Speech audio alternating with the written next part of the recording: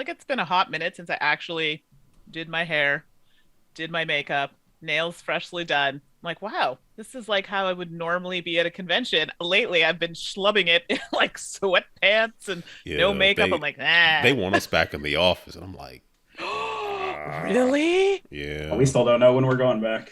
Yeah, we're not. We have no April date, but I can do my job 26th from is the home. date they want us back. But they're just saying that you have to go back a minimum of 2 days a pay period, like 2 days every 2 weeks.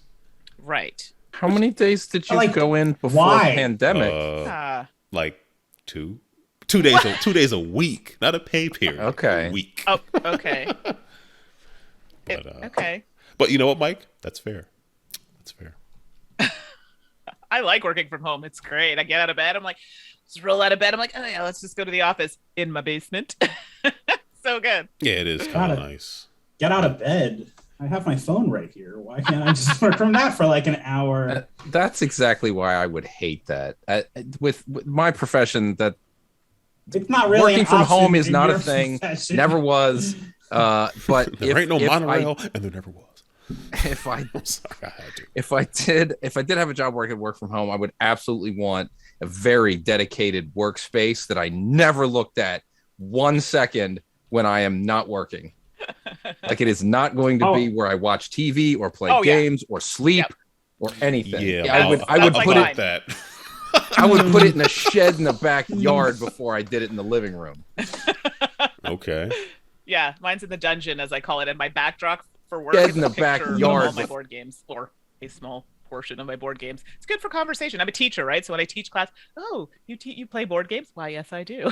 So, You know, a question I had during a meeting was, "Are you in a pantry?" I was like, no. Yes. Are those Yes, cereal boxes? I said, yes. No. yeah, exactly. Yes, I they said, are. No, they're board games. They make that many. And of course, you the question is, they make that many? I'm like, there's so many more than I even know.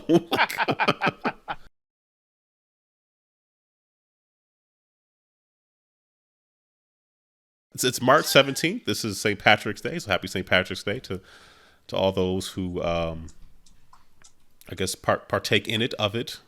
I don't know.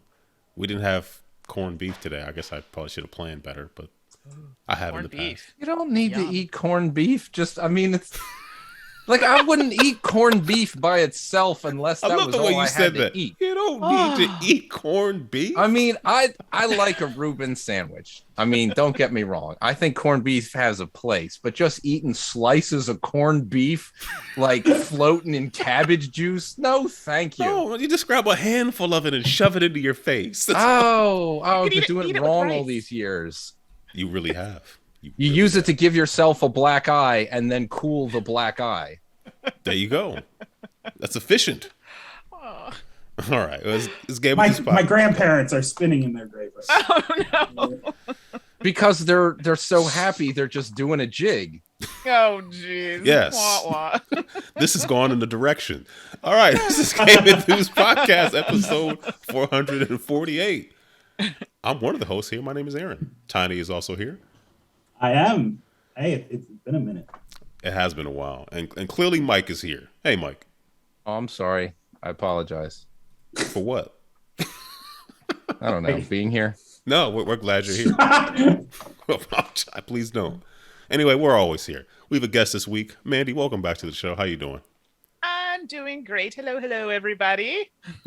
So for those who don't know you, could you just give us a laundry list of everything you've done since you can remember up to and including today? If you just Oh my goodness. So things have significantly shortened in the past little while as to what I'm doing. But yeah, I started in the industry with my channel To Die For Games, which is now defunct, but we're going to get into that in a moment. I did a lot of work on the Dice Tower, a lot of video work. A lot of people remember me from Board Game Breakfast. It's lunchtime. So that was a thing we did for a long time. And then I started doing the Dice Tower podcast every second week with the wonderful Suzanne Sheldon. And we are still together, still co-hosting, and we have our own channel, which has now merged with To Die For Games, called Salt and Sass. So we're on YouTube and Twitch And we are no longer doing the Dice Tower podcast. Sadly, it has ended. So now we're starting some new things. We're going to be starting a new podcast, and we started. I've been doing some video stuff. I know, board gamer, but I am doing some video game stuff on Twitch. I know. I feel like I'm a traitor, but still do the board game thing. And so more coming. Definitely looking to do more RPG stuff as well. So stay tuned. Okay. Yeah, the whole Dice Tower thing kind of just came out of left field, but sometimes change is a thing. We knew it was going to end, so we knew it was ending because Tom was doing a lot of things, and I think for him, he wanted to kind of move on to do other things, and it would have been a lot of work, I guess, to find someone to carry. And a lot of people do listen for Tom, obviously. So then he just said, you know what, this is a lot, so we're going to end it in this many episodes. So yeah, it's sad, but still talk to Eric and everybody, and so it's still part of the family, I guess you could say. Yeah, everybody's still doing projects. You can still be seen, and and Salt and Sass is definitely going to be kicking it into high gear again soon. I promise. Because you all were before, but things come in cycles, and this is it, right? And Suzanne has kids, and she's busy, and I have other things that I'm doing as well. So we're gonna definitely try and make the time to make that happen. Yeah, Suzanne is awesome. Suzanne is one of the people who really gave me a lot of great advice early on, and if it was not for her, all of this behind me would not be here. Oh, see, that's so good. The first time we met was on a video.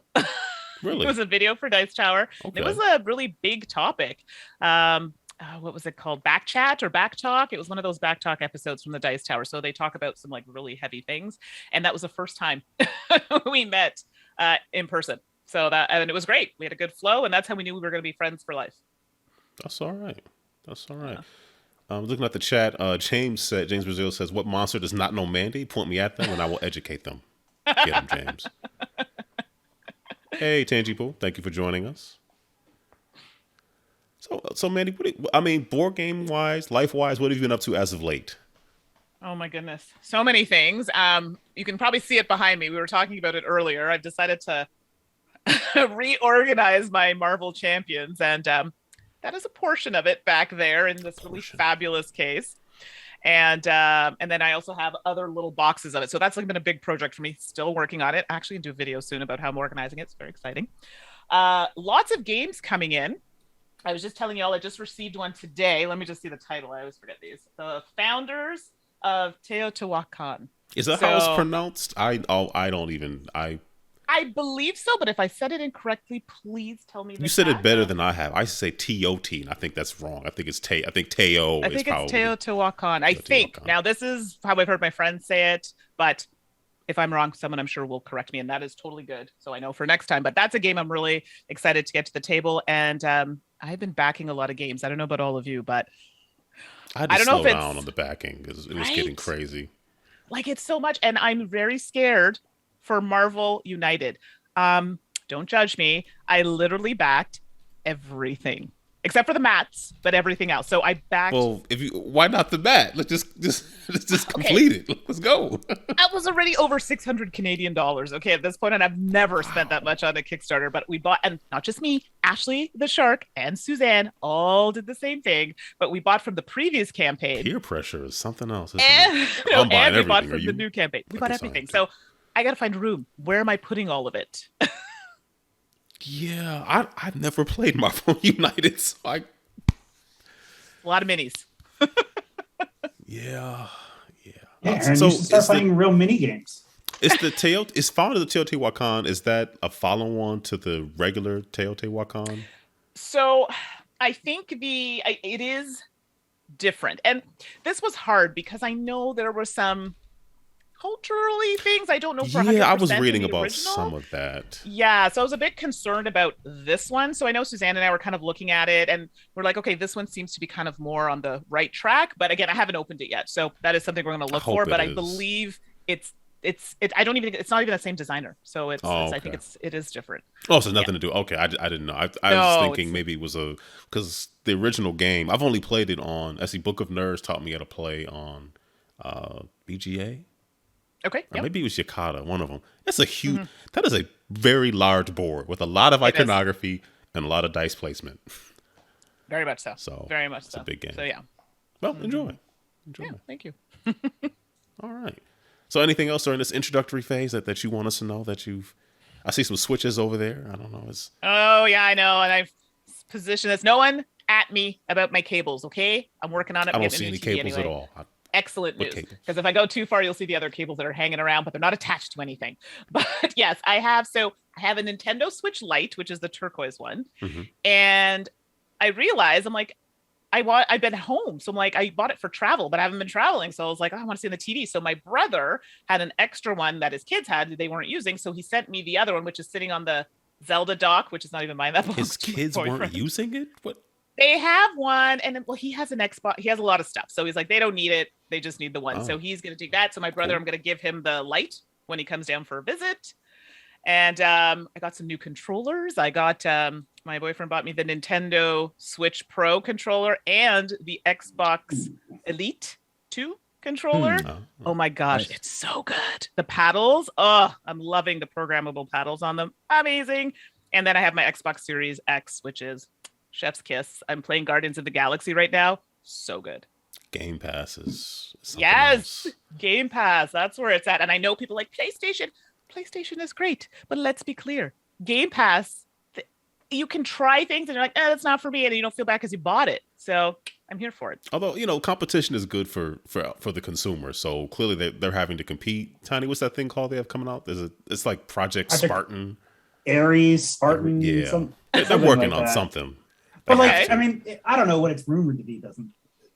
The problem is, like, what are they going to do for like new release game? Like, right. Day and date game. Like, Halo, I didn't buy Halo Infinite. I played through the single player and did the thing. I played it.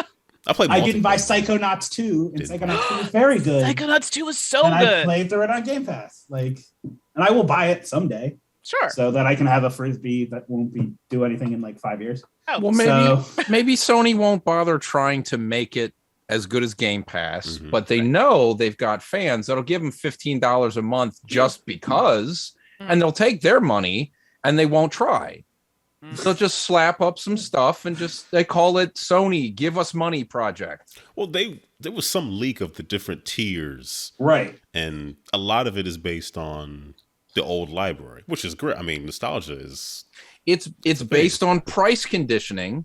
So we can get those people in who say, you know what, $5 a month is a great deal. I'm not going to play anything. I don't acknowledge that internally, but in the end, I'm never going to play anything on here. But I'm going to give you $5 a month forever, and Sony's going to take those $5. They will. And then we're going to get the people who would happily give them $100 a month for nothing, and they'll take the $15 a month that they're asking for. And then they got that middle tier of people who are just like, I don't know what I'm doing, but if I give you money, it'll make me happy, right? And they'll take that $10 Who are these people?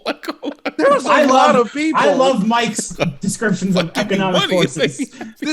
But I mean, look, they would never openly admit this, but this is basically what's happening. They don't need to provide anything but a brand name and loyalty, and the money comes in, and they will take that money. Yeah, I actually, and I'm going to say this, and I don't mean it in a bad way, but PlayStation. People who own PlayStations in general, let's be clear, it is a more expensive system. It comes across as a more like prestige type. So you're paying more for a lot of things. And I know I'm going to get hate for that. Okay. I'm an Xbox player. So basically I'm saying I'm cheap. That's not what I'm saying.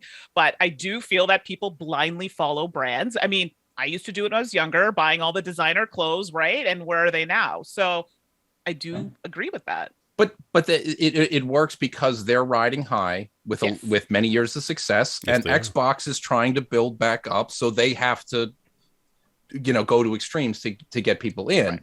So it's just the seesaw kind of tilting slowly in one direction. But Sony's got they've got more to lose. They're just trying to capitalize on what's going good for them. And so I don't blame them. I mean, it makes sense.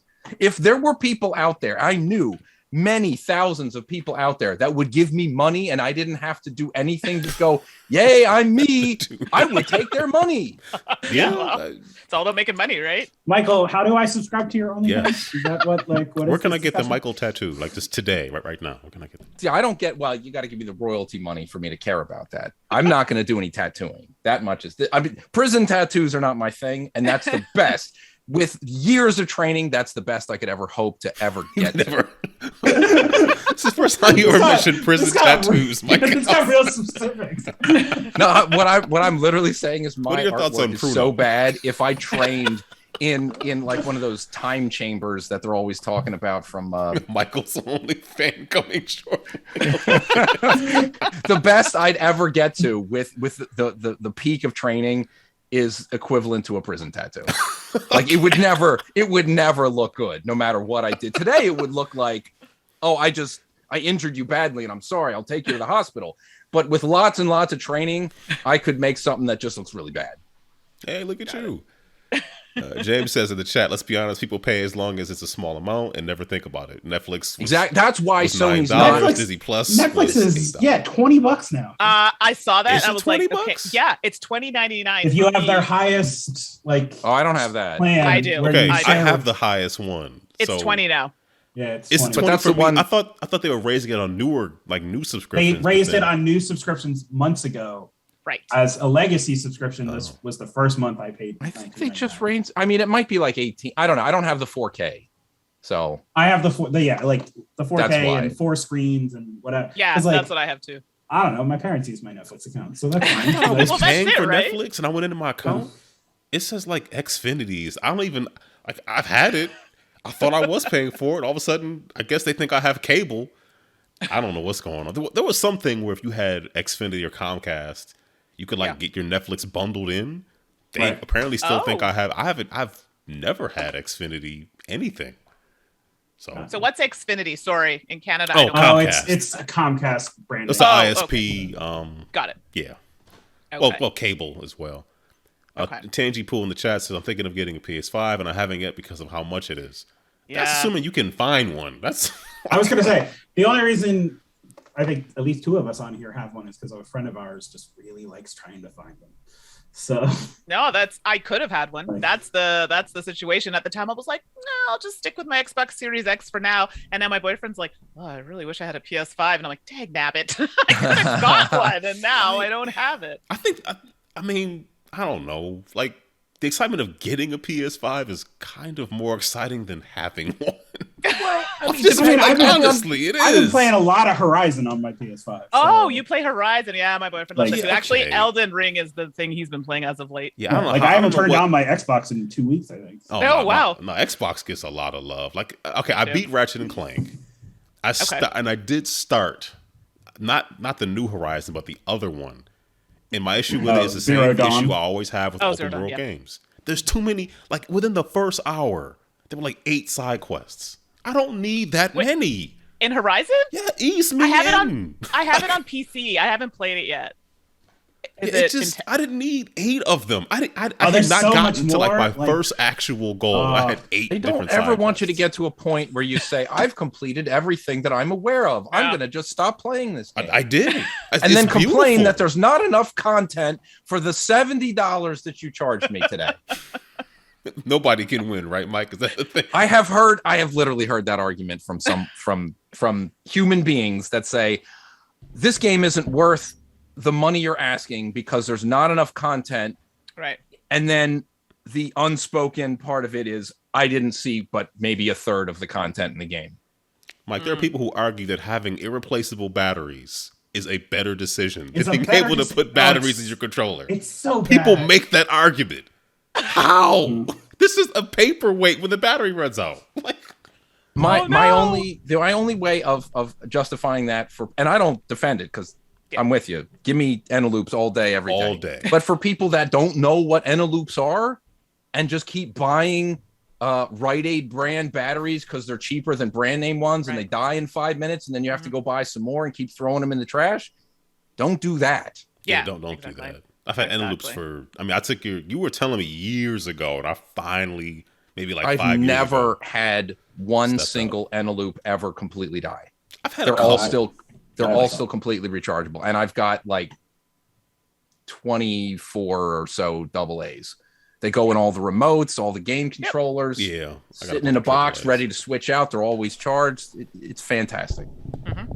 Yep, that's what I have too. I have rechargeables, and then I had like Xbox came out with like a battery pack that you kind of put in the controller, and then the Elite Pro that I have, you just plug it in. Like I don't know. Yeah, they went to the built-in battery for that one. Yeah. So. Yeah. Oh. So far, Hopefully so at good. the very Why did they least. do that though. But can I tell you, it like I cannot charge that thing for like a week. It's great. Over a week. The only Why thing would they do for that me the is Elite? That is a weird decision. when the day comes when that battery finally dies, because it will. Sure. How easy is it to replace that yourself? That's And, Because, yes. And I haven't gotten there yet. So, but yes, I should take a look at and in the eventual, because I ask that question as someone who plays not every day by any means, but like consoles from 30 years ago, Right. and I want them to run. Like I want to, or at least have the ability to repair them without going like complete bootleg third-party controller nonsense. Right. Yeah. Wow. Oh, the battery is replaceable on the Elite 2. Hey. Is it? See? Okay, I wasn't sure. And I it hadn't is- taken It a. is just T6 screws to get it open. Oh. Yeah. I bought Whereas like some of the replacement- Sony ones are soldered in, and you're Oh, like, no. well, Oh. like the So- Move controllers, so- I bought replacements well- for those. Couldn't do anything with it.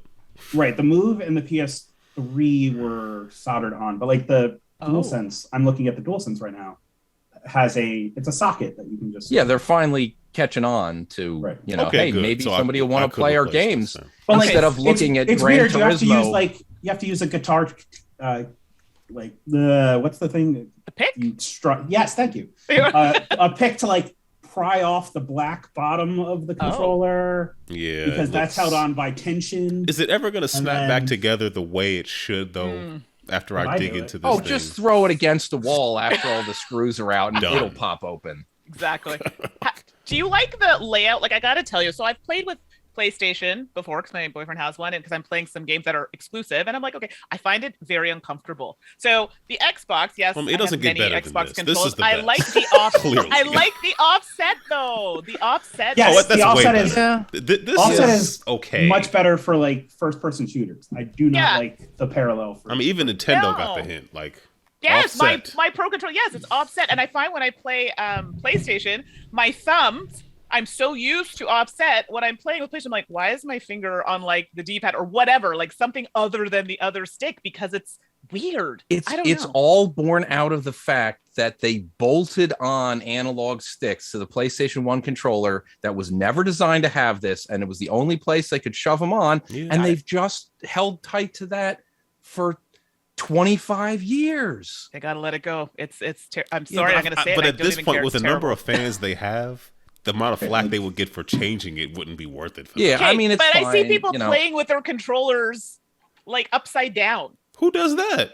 I have seen it. I have seen Where? it. Can I tell you? I actually tried it on a PlayStation. It doesn't work with Xbox, and I'm not gonna lie, it was kind of a little bit better.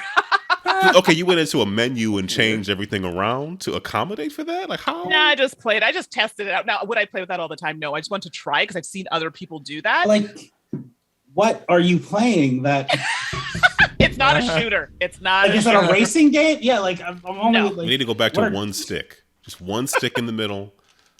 There you go. This is the I mean, best controller ever made. I'm kidding. N64.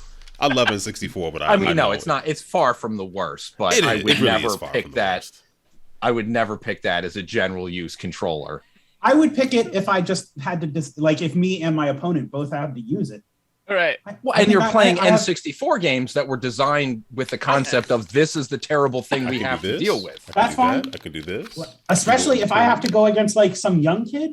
We had them set up at the booth for Extra Life. Oh, And okay. I watched a father just destroy his 3 kids in Mario Kart. And the kids were like, how do I hold this? Like, and like, oh no, don't hold. Why didn't the kids hold it like he was Talk to holding your father. it? But I don't know. I'm like, Yeah, and then When 3 people rounds say, later, the I don't kids know how to figured it hold out. this. I'm thinking like you either grab here or here. Like I don't. What else would you do? Like I don't know. Like, I want to say like this. What else would you? I want to say one of them might have had it upside down. Oh, So that could be it. like Dreamcast style, the cord is towards you. which was not a good. Oh. Dreamcast made some real. I love Dreamcast, but the lack of a second analog in what was it 99, the September 9th, 1999. Why did they do that? Well, yeah, I mean, in the US, it came out in '98 in Japan, but yeah, I agree. It was right, Tangy Boo. Especially going back, the Dreamcast's biggest, like there are tons of games where I try to adjust a camera and there's no way to do it. Okay, you have to hold down 3 of the buttons and then tilt the controller to the right. And then... Or you have that horrible compromise of first-person shooter games where you aim with the left analog stick and walk around with the face buttons, and then you only have the triggers for actions. Yeah, that's the thing I don't get. Like, that came out after the N64. What were they thinking? I don't know. And they were thinking Dreamcast. Visual memory and arcade ports. There were fantastic games of Dreamcast, but that was always like... They really liked the Saturn 3D controller, and they were like, how can we make this the standard? That's usually how it goes, right? Try to make. But also mess up the D-pad horribly. Yes. Yeah, it wasn't good. How do you mess up a D-pad? I'm sorry. I mean, Sega had it so right with the 6-button, and then the analog Saturn controller, and then the Dreamcast D-pad was only rivaled by the 360 D-pad. It's funny you say that, because you can really mess up a D-pad, even when that turns. Where they're like, hey, if we staple this Band-Aid to the 360 controller, will this help? And the answer was absolutely not. I mean, if we're going to talk about D-pads, though, let's talk about the mini D-pad that's on the GameCube controller. And I love the GameCube controller. That D-pad was... If you're an adult, it's tiny, but it's accurate. I mean, it was like... Yes, if I want to put my thumb across all of it. Like, I just push down. I want to go in no direction because I'm pressing They took a Game Boy Advance D-pad and they put it inside of a GameCube. I'm pretty sure it's smaller than a Game Boy Advance. It might be molded wise, which is ridiculous. It mimics. That was not the worst D-pad I've ever used. Gotcha. Anyway, yeah, we could just keep going down this. Yeah, Mike, I know, right? What have you been up to, my friend? Let's say, and that's a show. I don't know, where was I? It's been a while, as we mentioned before, but I watched some things in the time, and one of the things that I watched that took me way longer than it would take normal people to watch, because I took a vacation in between starting it and ending it. No, this was with Shang-Chi. I finally got around to watching that. Nice. Which started off in the beginning as like instantly like, this is amazing. This is, as I think I texted the group chat, this is top tier Marvel movie right from the... I don't even care what happens the rest of the movie. This is fantastic. And the rest of the movie was good. Yeah. But that beginning was that fight on the bus was, or the train or whatever. It was like, that was, so it was a bus. It was the bus. Yeah. It was a bus. Yeah, you got it right. It was Bart. It was amazing. So I watched that and I was like, wait a minute. All right. It's been, I'm a little, I'm not caught up on the stuff. So what was the next one? Oh, okay. The Eternals was the next one. Okay. So I watched that. I liked Eternals. So did I. I did too. I heard the as a standalone thing. Eternals is fine. As a standalone thing, I think it works. I think it's not a bad I didn't know anything about it. Mm-hmm. There's not that many comics with the Eternals, to be honest with you. The thing that I started thinking, the deeper it got into the story, though, is like, wait a minute. Cersei's an Avenger. They're all born from like stars or whatever. Mm-hmm. Right. Why are they all very specific Earth ethnicities that didn't even come into being until well after they all showed up? Long like at like the dawn of human beings. I was like, there's an answer for that question. Like in the movie? Well, no, the original comics they were all white, but yeah. Well, that's even weirder. That's the answer. That would make even less sense for when they were. They all lived on Titan except for Thanos, who is purple. So they lived with Grimace. Well, and to that point, like trying to integrate the story they told in this movie with all the rest of Marvel, it just doesn't work for me. That's the problem. It's interesting. That is Eternals has been out for a while, long enough that I'm going to say this. no one in any of the Marvel movies have talked about the giant hand sticking out of the earth. That's that true. like. Well, it's pretty all. recent in the stuff, right? Like there are other movies now. Well, okay, and, like, yeah, after other this. TV shows, but nothing I've seen yet. And no one's talked about. I'll get to that point in a moment. Giant god hand sticking out of the. Well, and that was kind of the thing that made me go, wait a minute. Did they really think this through? Because clearly, if that thing got to that point, the Earth would already be in a lot of pieces. Thank you. Like, I don't understand. Out of orbit. If they showed the hand coming out of the bottom of the deepest part of the ocean and didn't get any further than that, I'd be like, maybe. Like, what's that movie you like, Tiny, where they all came out of the bottom of the ocean? Pacific Rim? Pacific Rim. Like, if it was that, it was like they're coming out of this portal or like this hole and it's like closer to the core. Mm-hmm. Yeah. I could forgive that. Yeah. But at this point, I don't know. Well, Mike, it gets but it was an interesting idea once they revealed it. Once you think about what Thanos' whole thing was, and the fact that when he did what he did, that essentially thwarted the Celestial from completely growing because there were less people on the planet. But that wasn't his motivation. Was more about population control and resources. He had no idea. No reason to believe anybody knew about anything, even though apparently these things still, were around and attacked, and you'd think somebody would have figured out something. It doesn't make any sense. And then you think about the fact that Ego was a Celestial. What was Ego was nothing like the one that didn't come out of the Earth. I don't know. There's a lot of things that's just like they're inconsistent. Which when you make 24 movies, it felt like a really, really cool concept for a sci-fi short story. And that's it. Something you cannot expand upon. Mm-hmm. And then it ends and you're like mind blown. Wow, what a weird concept. Who took that many mushrooms to come up with this story? Jack Kirby had a lot of cosmic weirdness. Or how like Thena, like everybody else's brain was wiped except hers. She had her hard drive was not defragged all the way. But the remnants. Like, all of that stuff, it all works for me conceptually if it's not attached to anything else that you have to say. And also, this happened. Wait a minute. So anyway, I enjoyed it. Yeah. The fact that they're doing more of it bothers me, but not enough to really care. Are they going to do more? Because they didn't do very well. They've announced it. Yeah, they did. And I think by the ending, like I don't want to ruin it for anybody who hasn't seen it yet, but that particular ending. There's post-credit stuff. Yeah, exactly. It gets interesting. Although, I mean, I don't want to spoil it, but there was some CG at the very end. I was like, oh, it's bad. Oh, it was so bad. Okay, are like Scorpion King bad? I think it was that bad. It wasn't that bad. But it was bad. Okay, fair. Teji Musita sounds like Cloverfield. Yeah. Yeah, Clover. Standalone, yet not, kind of. Yeah. I did walk past in a Costco a Lego Eternals set, and I stared at it going, is this really a movie we should be making Lego sets out of? Wow. I mean, there's a whole Marvel Legends run, and then I think Gilgamesh is the figure you put together. So, like, if you've ever seen Marvel Legends, they come with, like, a piece. Oh, Gilgamesh. And that's how they get you to get all, like, 6 of them aligned, because then you'll put together the 7th figure. Got it. And it's like, cool. So Gilgamesh must not have a full role in this movie, because he doesn't get to get his own figure. Yeah, that bothered me. I was like, he did all of that to protect her from hurting herself other people. And what was his reward? I know that. Yeah, actually, nothing. Can I tell you, that and then she's cured.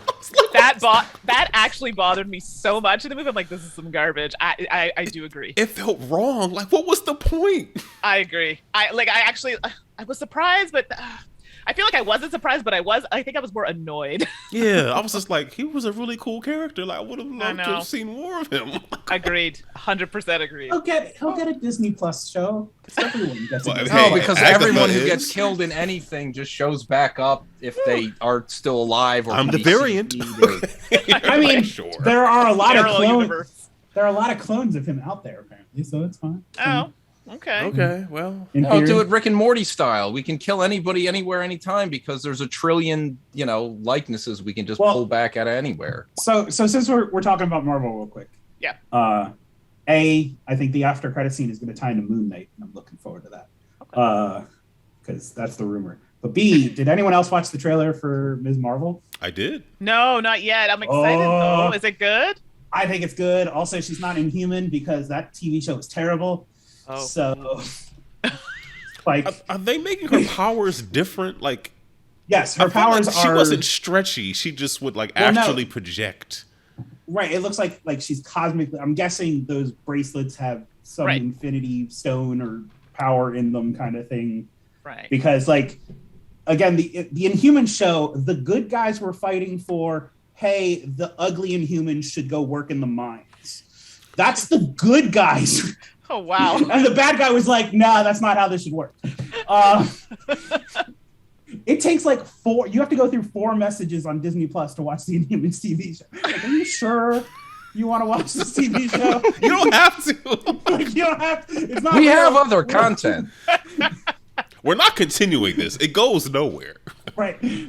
We were trying to get rid of mutants because Fox owned it, and then we just bought Fox.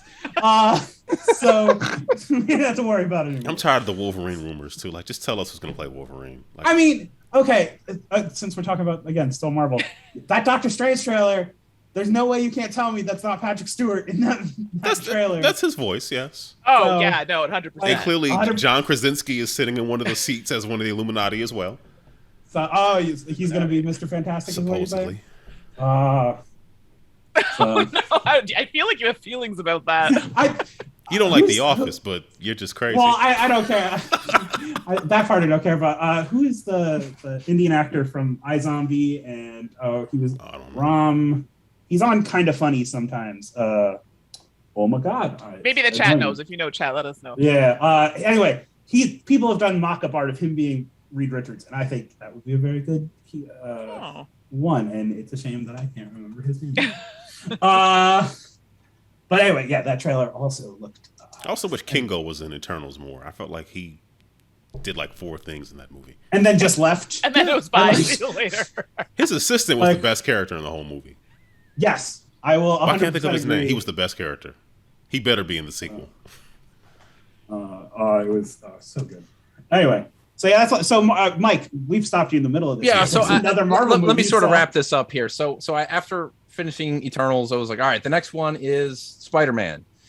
All right, let's go watch Spider-Man. And then it was... I haven't seen it, so no. Oh, well, here, good, because I haven't seen it yet either, because it's not available. And it's available today. Apparently, it's available to buy. I saw ads for available. This was a month ago.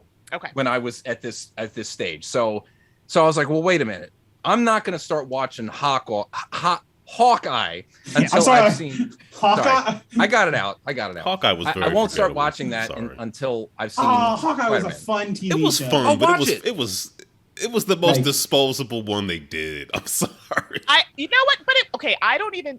I'm gonna say this, and I hate saying something bad about someone. I am not particular for the actor Jeremy Renner. However, I enjoyed the show. I liked the actor because she was in Pitch Perfect, and she was so cute in that movie. But I thought she did a good job as Kate Bishop. So no, she was fine. It was fine. The show didn't know what it wanted to be. It was exactly. See, is that true, or is it just wanted to be a smaller? It didn't have to be the world was ending. No, what I mean is a terrorist. He fought Russian mobsters in sweatpants. Okay, that part is most fine. Of the time. I just mean, I'm trying not to spoil. I mean, if you're gonna have Kingpin at a show, come on. There's a certain amount of grit. Went straight with that. Okay, gotcha. There's a certain amount of grit that comes with that character. Sure. And you have the same actor play him. Right. That references a TV show that's clearly not for the same, definitely not the same age range. Right. Figure out what you're doing. It just didn't make sense to me. I liked it. I don't want to go back and watch these Netflix Marvel But then shows, that reference also was in Spider-Man. In Spider-Man. Yes, which is also. Yeah, we'll talk. But I feel like the Venn diagram of Spider-Man No Way Home and Daredevil are a little closer than the Venn diagram of Hawkeye and the original and the other Daredevil. Because Daredevil was I loved that show. I did as well. I didn't dislike Hawkeye. I just felt like they didn't know what they wanted it to be. I watched it all. I enjoyed it. It was fine. It was fine. I felt like maybe have a character in it that doesn't confuse me about why they're there. Especially a character that formidable on that level. Come on. Like, well, you see, in the TV show, he's like magic. Like in Hawkeye, he shrugs some stuff off that you're like, wait, you're just a dude. Like, hey, that Hawaiian shirt was made of Teflon and adamantium and vibranium. Real quick, this is the raw Cooley render of him as Reed Richards, and I'm like, that is really good one. That's way more interesting than John Krasinski. Yeah, let's go with that. But let's be clear, they do have kind of a similar. I don't know what it is. There's something that I'm like, yeah, I could see why. Yeah, that they kind of went with that, but I'm digging the vibe of this person. So, he's in a Netflix horror show that I'm trying to remember. I would find it very. Yeah, like Mansion something. I'll go look it up because I like horror shows. So anyway, he was also an I would find anything where they're trying to bring Fantastic Four back into any sort of credibility as something that I didn't really want any part of. Fantastic Four is so good. It's always a challenge. They literally are Earth, Wind, Fire, and Air. But the representation, a lot of it's been like this. Yeah. It's like, the movies are terrible. The movies are so bad. The movies are bad. Yeah, they were pretty bad. Any movie with the Marvel dance scene is just a bad movie generally. So Spider-Man 3, Fantastic Four 2, like they're just not good. They just introduce ruin Doom everything and then get to Fantastic Four at some point. Well, okay. So did anyone else see the Batman? Yes, no, I saw it. I've not seen it. Okay. I have things about this. It's not bad, but I'll let you do your thing first. It's 3 hours. It's way too long. That is a 2-hour movie. Yes, I liked it, but it was too long. That is a good 2-hour movie. Yeah, it is too long. I'm glad to hear two people agree on that. That's good. Yes, so it's too long. It's crazy how long. But also how they did the villain is what Four Stick, the third Fantastic Four movie with 4 in the center of it. Like they did how they made Doom like an internet troll and whatnot in that movie. And if you remember Fantastic Four Stick, oh yeah, Aaron's okay. I'm just making sure. Like he's like anything. The villain in Batman is a better version of that story. Like, oh, it's not just a guy who slightly scarred his face, and it's royalty from Europe. No, yeah, Latveria. So anyway, yeah, I was when we were talking about Batman, I'm like, yeah, it's like this is. I'm trying to go see it. I just don't know when. It's a good movie. I actually really enjoyed it, but I do agree. It was, in my opinion, it was a little too long. There were some things I'm like, it didn't need to be that long. I liked, oh my gosh, I was about to say Edward Cullen from Twilight. What's his name? Robert Pattinson. Robert Pattinson, thank you. He played Pattinson. Yeah, I think he played a really good Batman. I loved the suit, loved the look, but I feel like it almost got a little too like emo at one point, and then I was like it just felt like 100%. Okay, thought it was just me, and I'm like I liked where he was going, but then there were some times I'm like, okay, it doesn't need to be this broody all the time. He doesn't. Isn't that what Batman does? Broody. He brews enemies to death. But I think you know what I'm talking. No, but I don't kill anybody unless they're so messed up by what do you mean? The way I am. Like Robert Pattinson played a good Batman. He's a terrible Bruce Wayne. Like maybe that's what it was. At no point did I think he was like rich playboy or at least trying to fake it. Because like anytime he wasn't Batman, he was still just Batman without the mask on. Yeah. Agreed. Like he was just, but like. So he wasn't even like two personalities. He was just like not like honestly. I don't understand how no one figured out he was Batman. At your dinner party, I'm Batman. It came across as like a truant teenager. You know, when they go through that stage, we're like, I listen to rap music and I'm gonna wear dark clothes. You're and not my father. Yeah, like it came across like that. Maybe a bit more sullen. But yeah, maybe that's what it is. I couldn't put my finger on it, but as Batman, chef's kiss. It was great. But as Bruce Wayne, and my favorite Batman is Michael Keaton. So I don't know. Same here. Yeah, I was an impressionable age. What, 10 or 11 years old? Ben Affleck played both sides really well. He did a good job too. He did do a good job. I really like Affleck. I have to agree with that. I wish he would have continued on. Honestly, they could have been a really good. He had stuff going on. So yeah, exactly. He had stuff going on. So it was a bad time in his life to be part of such a long-term commitment, but also some of that writing did him such a disservice. Oh, yeah. It's like the world's greatest detective that you can't figure out some things that like the oh my God, audience he took his glasses off. I can't believe it. Our mamas have the same name. I'm gonna stop punching you. Your mom's name Martha? Anyway, the Batman was okay. See, I thought it was enjoy good. it. It was very long. Yeah, Like and the 3 hours. end scene after the credits, that's some garbage. That's all. Didn't even stick around for it. I was like, I'll watch it on YouTube. Let's be clear. Wow. You You did not didn't- like this movie then. You did not miss a thing. It was 3 hours. I'm like, I took my father to see it. Because Hey, Super my Nintendo. girlfriend saw it in Aruba. So I was like, I have to see this now. So she wants to talk about it. And we watched it and I was like, the credits are rolling. We can leave. We will find this on YouTube. Peace. It'll be okay. It's Like- literally 2 seconds long, and I was like, I'm like, where's the rest of it? Right. Like, I mean, what's it like? I don't want to know what it is, but like, it didn't even like. Sometimes they It's do like it. I'm gonna do a motion for you, and that's it. That was the scene. See, this movie's going to be on HBO. I was going to say in a month days. now. Oh, it will. So, Yeah. I like, can probably wait. watch it at home. I But it will was watch good. that at home. I liked it. Like overall, it was a strong movie. Besides those couple things I pointed out, it was a strong movie, I thought. I mean, one thing I will say, and this is like Batman lore, this is the only time that anyone in movies has mentioned that his mom is actually, her maiden name is Arkham. Like it ends Right. in Arkham. Right. What? Oh yeah, this is Batman canon. So like the Arkhams really? were the other like core city that founded Gotham kind of deal. Right. So like this is why like if you ever read the Flashpoint one where Bruce gets killed and his mom turns into the Joker and his dad becomes Batman.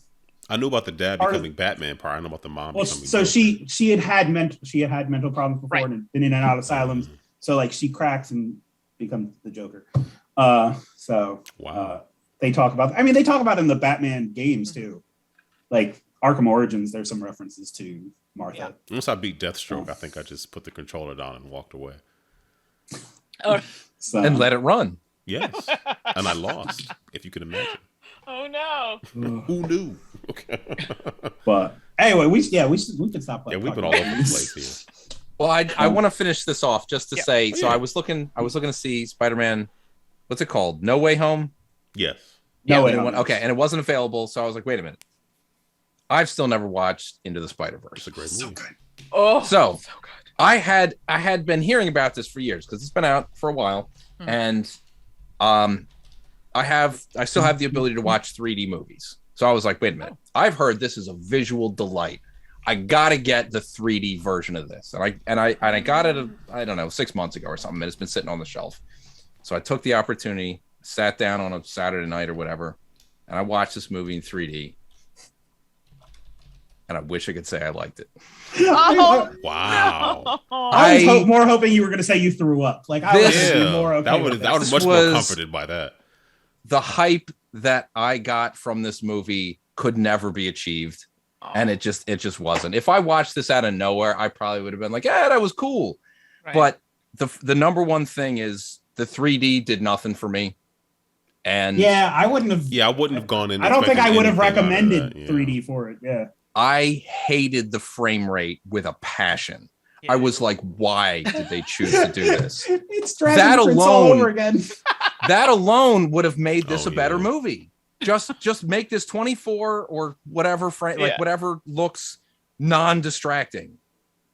Or do segmented things. Have only some of the weird Batmans like that, or something that's like, oh, that's kind of weird and unique.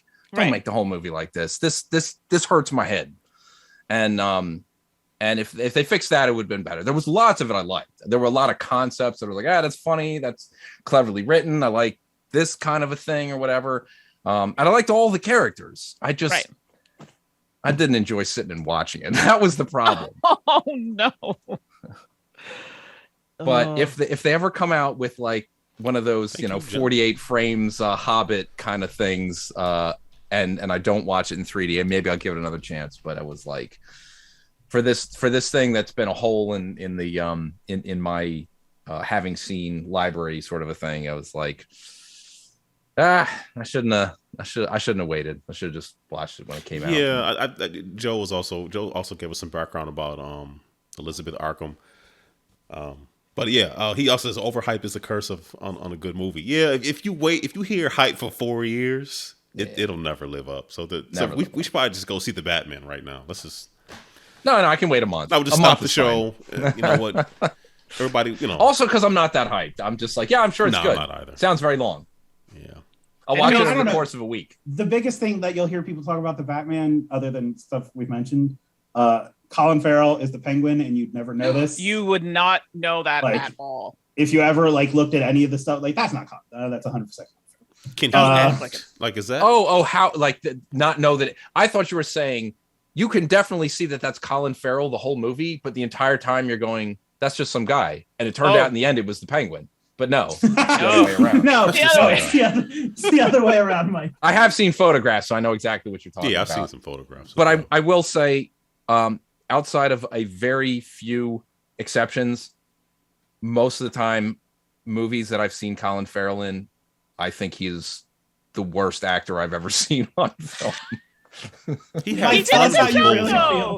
good job in Batman. I thought he was good in Batman. Good. I'm glad to hear it. I'm not saying in absolutely everything, but there are so many instances where I go, that and phone. How does this guy keep getting jobs? Did you see Miami Vice? Why was this even made? That wasn't good. Did they get cadavers and actually shoot bodies in that movie for some of those scenes to make it look more realistic because there were bodies? Yeah. That sounds like the worst idea. Next to hiring Colin Farrell. Oh boy. He's talking about he's a classic Bullseye from the Ben Affleck Daredevil movie. He had fun with Bullseye. He enjoyed that. Sure. Yeah. Classic. When he's trying to be stupid, it works. Don't watch Elektra. So. Oh, Joe says maybe he's handsome enough not to act. He was decent in Minority Report. He didn't last very long. I didn't even remember him in that movie. But oh yeah, he's the guy hunting Tom Cruise, right? He's the red herring. He's the guy that you think. Right. Right. He was good in that. I thought. Yeah, he was all right. Yeah. And Phone Booth, a movie where he's stuck in a phone booth for an hour, and 20 minutes. That movie where I saw the trailer and I said, "This movie's either going to be awesome or complete garbage." Yeah, I would recommend watching Locke with Tom Hardy over Phone Booth. That was really good because he was in a car the whole time. Love Tom Hardy. That man can act in anything, and he's very good. He doesn't need to do a lot, and he doesn't, and it works. Anybody else see Locke? Locke was really good. I don't think I saw that one. He's in a car the whole time on the phone. Great movie. No, I haven't seen that. And I've seen a lot of his movies. I recommend it. Okay. Tom Hardy's so good. I like Phone Booth, but I don't need to watch it again either. Tom Hardy's so good that he can be Mad Max in a movie called Mad Max, and he's just a side character. Yeah. And it works. It's true. Have you seen him in Peaky Blinders? I haven't. So good. I mean, if we're going to talk about this though, then we're going to talk about. He is supposed to be a clone of Patrick Stewart in the last Star Trek Next Generation. That was a much thinner Tom Hardy. And baldier. Weirdly, they don't look alike at all. In any time does Patrick Stewart look like that. So it happens. All right. Aaron, you want to run through stuff? I'll run real fast. I watched Turning Red with the family. We really enjoyed it. My youngest said, I might like this better than Encanto. We were like, we're glad you're enjoying it, but you have to leave the house. In the middle of the movie. At the end. It was just like, you have to go. So I don't know. I enjoyed it. I had no idea what it was. So when I saw it, I was like, oh, okay. This was not what I expected, but this is fine. Some of the controversial parts of it I don't really understand. People upset about a movie about a young girl getting her period, or her parents thinking that she is this isn't for kids. I'm like, well, isn't that? I mean, so I'm also a man with 3 daughters, so it's like I had to explain puberty to my sons. Yeah, but what are you talking about? As someone who hasn't seen this, but I've heard people describe this already. Is that what the movie's about, or is that just something it's not what the movie's about? Okay, so then all I heard is that maybe this is spoiler territory, but apparently instead of going through puberty, somebody turns into a panda bear. Yes. So that's the premise of the movie. Yes, that is the premise of the movie. She turns into a fairly large red panda. Oh, this movie. Okay, yeah. And it's triggered by a motion. Why she changes, yes, or at least that's what the trailer shows. And if you look at the chat, clearly, yes, yeah. I there were some people who had problems with that movie for various reasons, and I'm like, there was a guy who wrote a review. I'm pretty sure this is the same movie, and the gentleman was of the white persuasion, and he said that he didn't enjoy the movie because he felt like he couldn't relate to it. Oh, and I saw that. Did you see that? It was it's been retracted, but it was not. Now, is this a professional or just? It doesn't even matter. This is supposed to be, and I'm putting it in air quotes, a professional. Yeah. Well, see that makes a big difference because, yeah, I can imagine any guy saying, I don't relate to this situation. Now, it doesn't need to be said, but I mean, it still could be the truth. But when you're a professional reviewing something, you should have something else to say. You should have something else to say. Like, is Pacific Rim relatable? Like, I don't think any of us have done any exactly. of this. I don't drive large robots and fight monsters. I can't get into this movie. Exactly. It's like we're reviewing a board game, Blood Rage. No, sorry. It's just not something, I can relate to, so I don't like it. Exactly. Like, that's not how it works. I've never had a Monopoly before. Like, what I'm saying? That's not Joe's how any saying of it this there. Works. He can only relate to toys, robots, animals, feelings, and monsters. Well, how about the people who revealed that they don't really realize how diverse Toronto is by making statements like, it didn't look like, that's Canada? Like, that part of Canada? Yeah. Like, Toronto what's is wrong with very you? diverse. Like, what is happening? People are ignorant. They don't know. Hey, Ben Osteen. Yeah, that's... Yeah. So I know what to expect, but I enjoyed it. It was a fun movie. I don't think it was better than Encanto, but Encanto was like... Come on, man. That's so good. I mean, when the antagonist is like, I don't know, like family strife. I don't even know. Like that is beyond generational trauma. Exactly. Right, yeah. And I'll finish up here. I did watch No Time to Die. I had not seen it. Metal Gear Bond. I enjoyed it. Some stuff didn't make any sense to me in it, but I really enjoyed it. That still tracks with Metal Gear anything.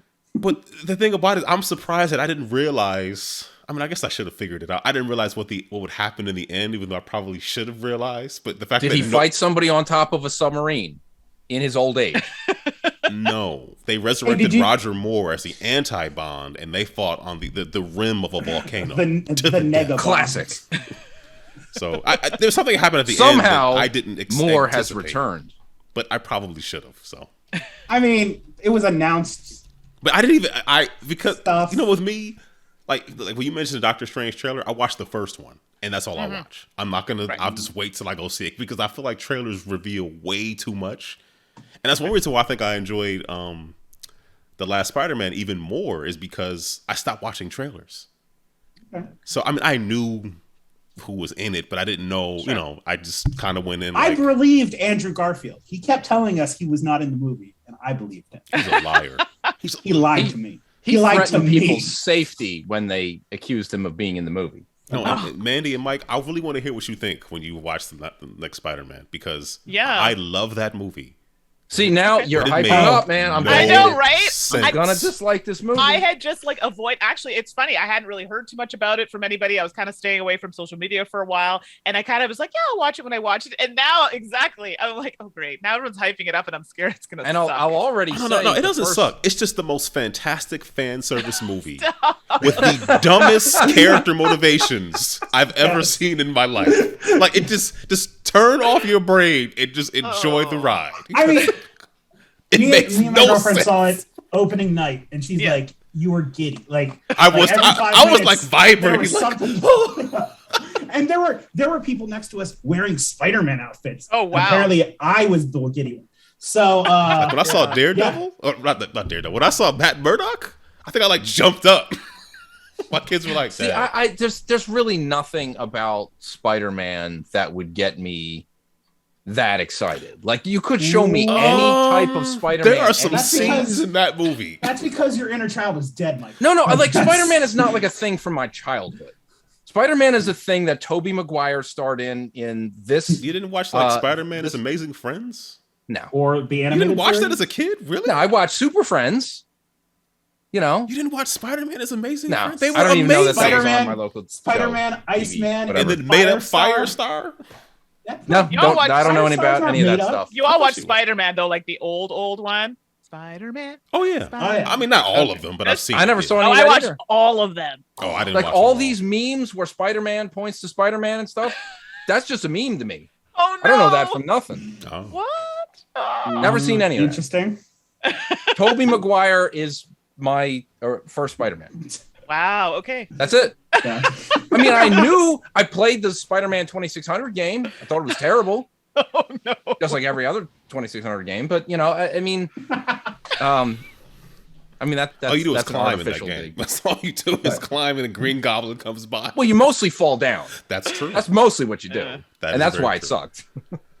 No, nothing can be as bad as Arkham Knight. Sorry. Back to Batman. Yeah.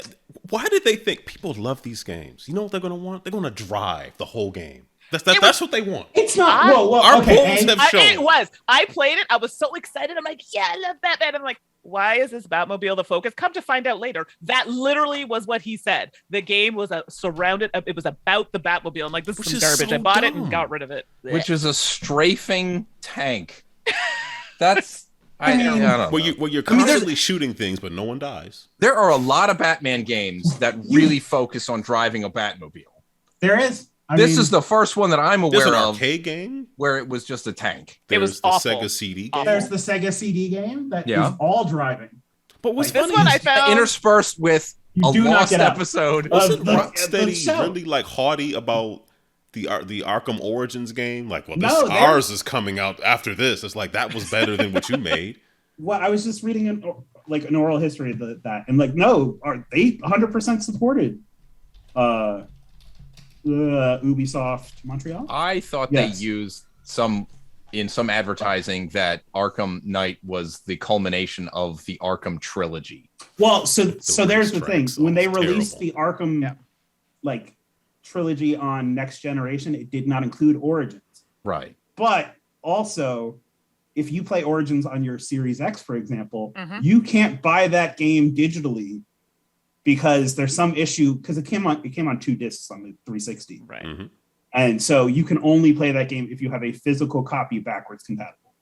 You cannot buy Not it the digitally. digital. Mm. So it's not even a rights thing. It's a double disc. problem? It's some kind Yeah. of tech problem they have. Hmm. So yeah, anyway, I think there's a way around this in the digital future. It's called pirate everything. Well, yeah. play it on PC. Yeah, there you go. All right. So I'll Sorry, shut I up. digress. Tiny, how about you? I'll do quick things real quick. And shocking, I brought visual aids. Hey, I broke and then fixed my Horizon Zero Dawn or Forbidden West stupid mammoth thing because I bought a way too expensive collector's edition. But Dremel and Hot Glue later, everything is connected again. Aloy So- looks very small. Oh yeah, Aloy is pointless in this. Oh my gosh, I didn't even see Aloy. She's an ant crawling across the bottom. She's very small, but like everything's back together. I'm very happy about that. I got a Dremel, or my brother got me a replacement Dremel for Christmas, so like I got to use that to fix that. And then I've also been working on a bunch of laptops, and I hate Dell. Oh, what? So the plastic That looks like a and health old- hazard. Well, so I will explain this real quick. The plastic in older Dell laptops just likes to break. It corrodes. It's no longer plastic. It's Oh, more that's like not a dust. It's a fine sand. No, what that is me trying to resync the copper brackets using super glue and then baking soda to accelerate the super glue into a like cement-like substance. Oh my gosh. What? So I so missed chemistry class days like this. so that you can have the copper brackets there, or the brass brackets there, so you can sink the screws that hold the motherboard in, or the screen, for example. Yeah. So I'm going to stop working on. That's laptops just for a the little while. plastic. Those are the plastic studs Yes. for holding the screws to the motherboard, and that's the only thing that really was broken. Yep. Joe says, Now, was it broken? It's had a mushroom fire. Did it break on its own, or did something leak on it?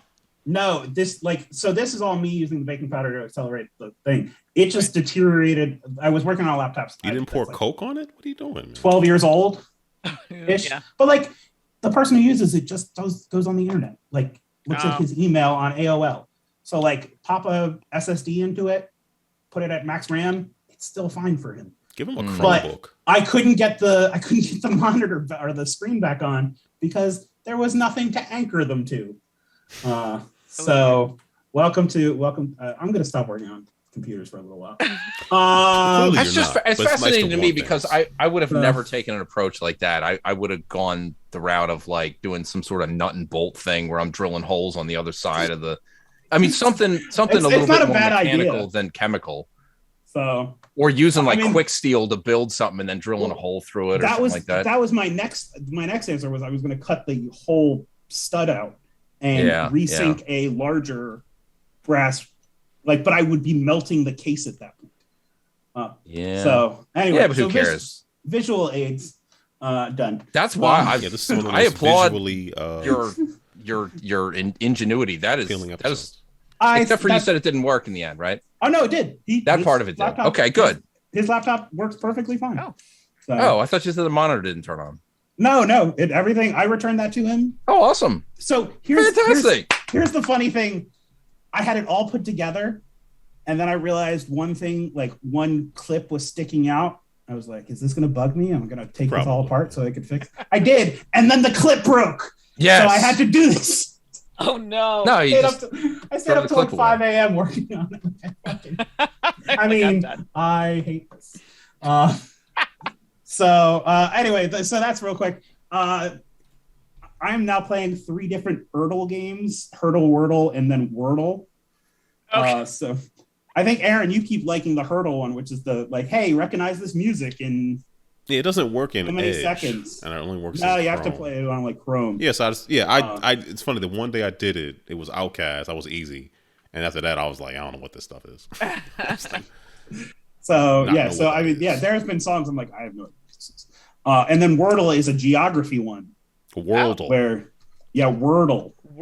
Wordle. You're saying Wordle. Okay. You have to add the other L. Worldle. There's one right now. It's some island in the Arctic, and I have no idea what it is. I thought Worldle would make me feel smarter. I would learn. It is so. My geography is awful. It's making me just feel bad. I stopped playing it because I'm like, I'm terrible. I just need to stop. Yeah, that's it. It's exactly what it is. It's you take a game Wordle that I already don't want to play, and then you put in words that you don't know. But like. There's no chance in hell I'm ever trying anything. Everything's an island though, because it's just the borders. I'm like, that's what it started. Like that's where they've started getting real tough. So like, there's roughly 208 sovereign nations. So like, I can name most, if not all of them, but like I can't tell you about the British. Most of the 200 plus sovereign nations in the world. Welcome to Geography. You said it like it was nothing. Like I can name most of the 200 sovereign nations. That's fantastic. I don't have any interest in knowing that. I can also do like the 200 plus bones in your body. Like it's, I don't know. I can't see your pinky up. Could you just? There you go. Thank you. But like the British Protectorate Indian Island Ocean or Ocean Islands, I had no idea what this was, and apparently, my brother-in-law is a fish doctor, as we call him, or a marine biologist. Right. So he's relatively familiar with islands. The one today is like, I have no idea what this is. I'm like, yeah, I don't either, and I cheated. I tried to look at a map. I still couldn't find them, and I have a relatively good idea. And you had a good map. At that point, to me, small. It's not a good use of my time. Not just because of the time spent on it, but to learn it. Like, in the end, you tried to learn, and that part failed. Why is that bad though? No. It's not because you didn't know. In the end, you researched, and you didn't come up with the answer, and then what? Yeah. Well, I mean, I still have a couple hours. I still have a couple hours to finish it. So, and then the last things I'll talk about real quick.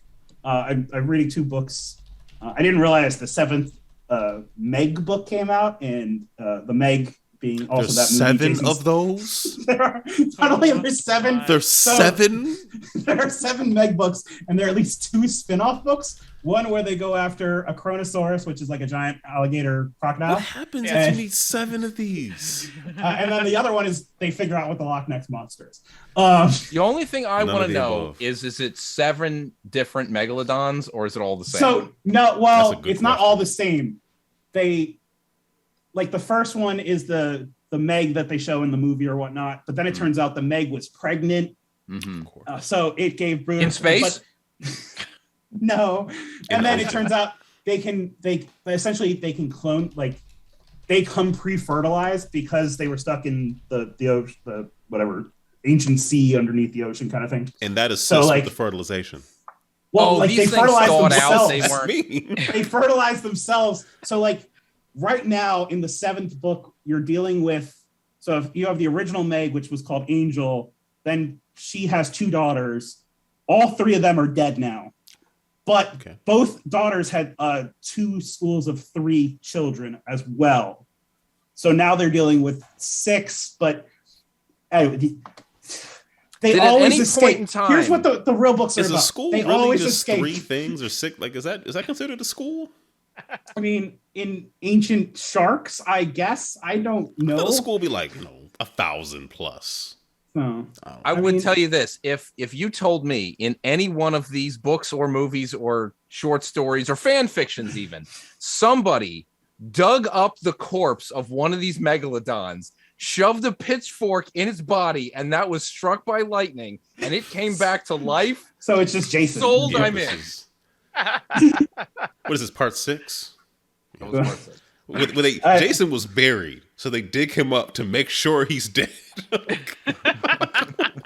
Anyway, Joe mentions Quordle, which I tried. That is ridiculous. I don't. That's the 4 one. Yes, Right? I was playing that for a while. That is, and I got too much. annoyed with it. That's a thing. Yes, Yes, it's 4 grids, Yep. but you only 4 get different Wordles. 10 guesses total. So you have to strategically make sure. Like, I will get to the end and still Wow. have 2 of them I have to solve. Yeah, my brain melted. Is this like a Sudoku version of Wordle? There's probably some skills that you could use there. Okay. Yeah. I mean, I also played like Mathdle or whatever, Nerdle. and then I hated didn't it like because Nerdle. like I hated that. at one point you just get Oh my to gosh. like you have most of the equation, so now you're just changing the final numerator, And that's the problem. That's Right. cool. frustrating. This is just guessing at Hey, this point. like the camel. So, but yeah. Anyway, yes, the 7th book in the mix. Yeah, I think Joe listed them all because he also has he did. Absurdle. Absurdle is fun because if you need to just practice for Wordle, you can do Absurdle all day long. Wait. What is Absurdle? I think that's That's the the one where one- like it generates the word based on what most people guess or don't Well, guess. so it starts with a seed word, but as everyone is playing it, if something like a majority of them guess one word, that becomes the new word and for replaces goodness the seed. Oh, In it's like real Twitch time, man. plays Lux. Wordle In or real something. time. Right, like it's a real weird one. I mean, there's also Loodle, but I don't know that many dirty There's words. also apparently. Wordle 2, which has 6 Oh. letters, which really assumed it changes was the game. Somehow a game where you take lewds and then try to play Wordle. Yes. Squirtle. You know what? We should move on. Please. Wait, no, honestly, Tiny, it just quickly, I do want to know, Okay. what is the Star Wars Thrawn trilogy? Is this a Oh, book? this is a series of books that are Okay. post the Disney purchase. So these so are they- canon. These are canon. They New tie canon. into Okay. Rebels, for example. Yeah, So now they you're tie talking into my how- language. So I finished the first book and I'm like halfway through the second book right now. I think they were on sale on Amazon. After for, Palpatine was 20 using bucks for lightning the 3 to of them. attack an entire fleet, anything is possible. Well, so there's the thing, like it ties into Anakin Skywalker met Thrawn, and if you remember, Thrawn was he in Shadows of the Empire, Mike, or was he in Oh, I don't know. If you're talking about exhumed or stuff, Jedi Knight? He was in one of the 2 games. He's the blue guy. he's the like- blue guy. But like he Right. was in stuff, and then he was sort of like recanonized by way of Rebels. But he was in Oh. stuff that's been stricken from the record. So yeah, I mean, I've the first book was great. I finished it in, I don't know, 2 days or whatever. So I very much suggest, like, hey, if you want to read some Star Wars books and not always have I'm Wordle too, because that's one. I have some mild curiosity in things that are considered canon literature these days. Not enough to really do anything about it, but just wanting to hear a little bit about it. Gotcha. I like I said, I enjoyed, like, it shows in the first book, it's how he essentially joins the Empire, and it relates ascended back the to, ranks to admiral. like, and very quickly, because his day he enlisted. Well, no, they he said became you should be an admiral, sir. okay, so we should be saluting you. So wait, what? It's actually it's not admiral, but like the day he gets joined in, I think he's designated as a lieutenant commander. Like, so what the Empire is a squad when he enlisted.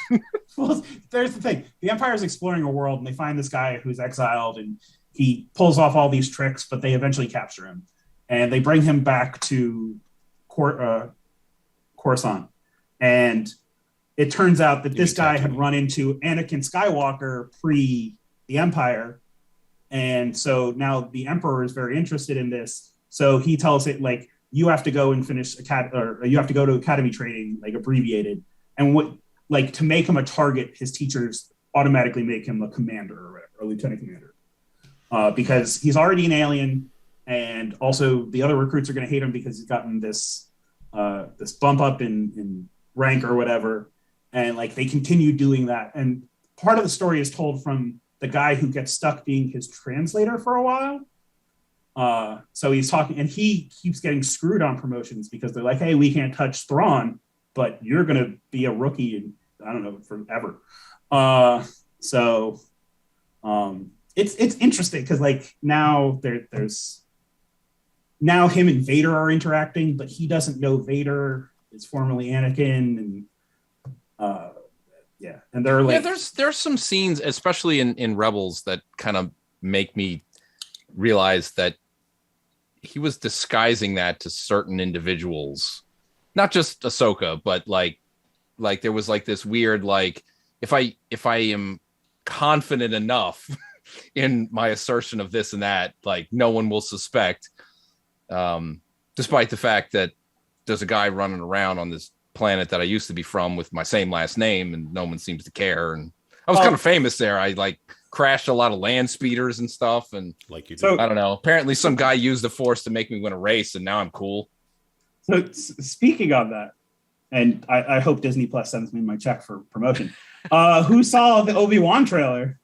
Yeah, I have not. I watched that. I haven't seen it. Yeah. I'm in. So I mean, I know nothing. I didn't watch any of the Rebel shows. I just watched the movies. Well, right, but, like, this is just going to tell you what Obi-Wan in theory was doing between the end of Revenge of the Sith and whatever they make up for him to have been doing. I'm kind of less enthusiastic after having seen this trailer, but I'm still excited to watch it. They had Duel of the Fates. That guy. They had Duel of the Fates in the ads for Rise of Skywalker too. I don't put any credence into that at all. Yeah, that movie was straight trash and had nothing. That music video was at the top of TRL for like 10 weeks or whatever. So Carson Daly would not do me wrong. I will watch the show, but if it is trash, I will say it's trash. Well, if it's trash, they'll just introduce the Mandalorian in episode 4. Wow, nice. He could be very young. Oh. It'll be great. Oh, that's amazing. Anyway, I'll give it. They could put Boba Fett in this. 100%. You're going to see Boba Fett shit. He'll be very young, but it'll be all right. So, as that is also the name of Boba Fett ship now, Boba Fett ship. And people got mad. I'm like, who cares? It's a dumb ship. Let it go. Well, because the original name probably they don't want to. They just don't say it. They're not going to put that on a toy. Weird. Oh yeah, don't slap it on brand name merchandising. Yeah. But they just don't say anything in the show, and it's fine. It is fine. Yeah. Except for the fact that Boba Fett isn't really fine anymore. He's just sort of a lump. But it's a show. Collective Camel said Rise of Skywalker could have been worse. It could have been The Last Jedi.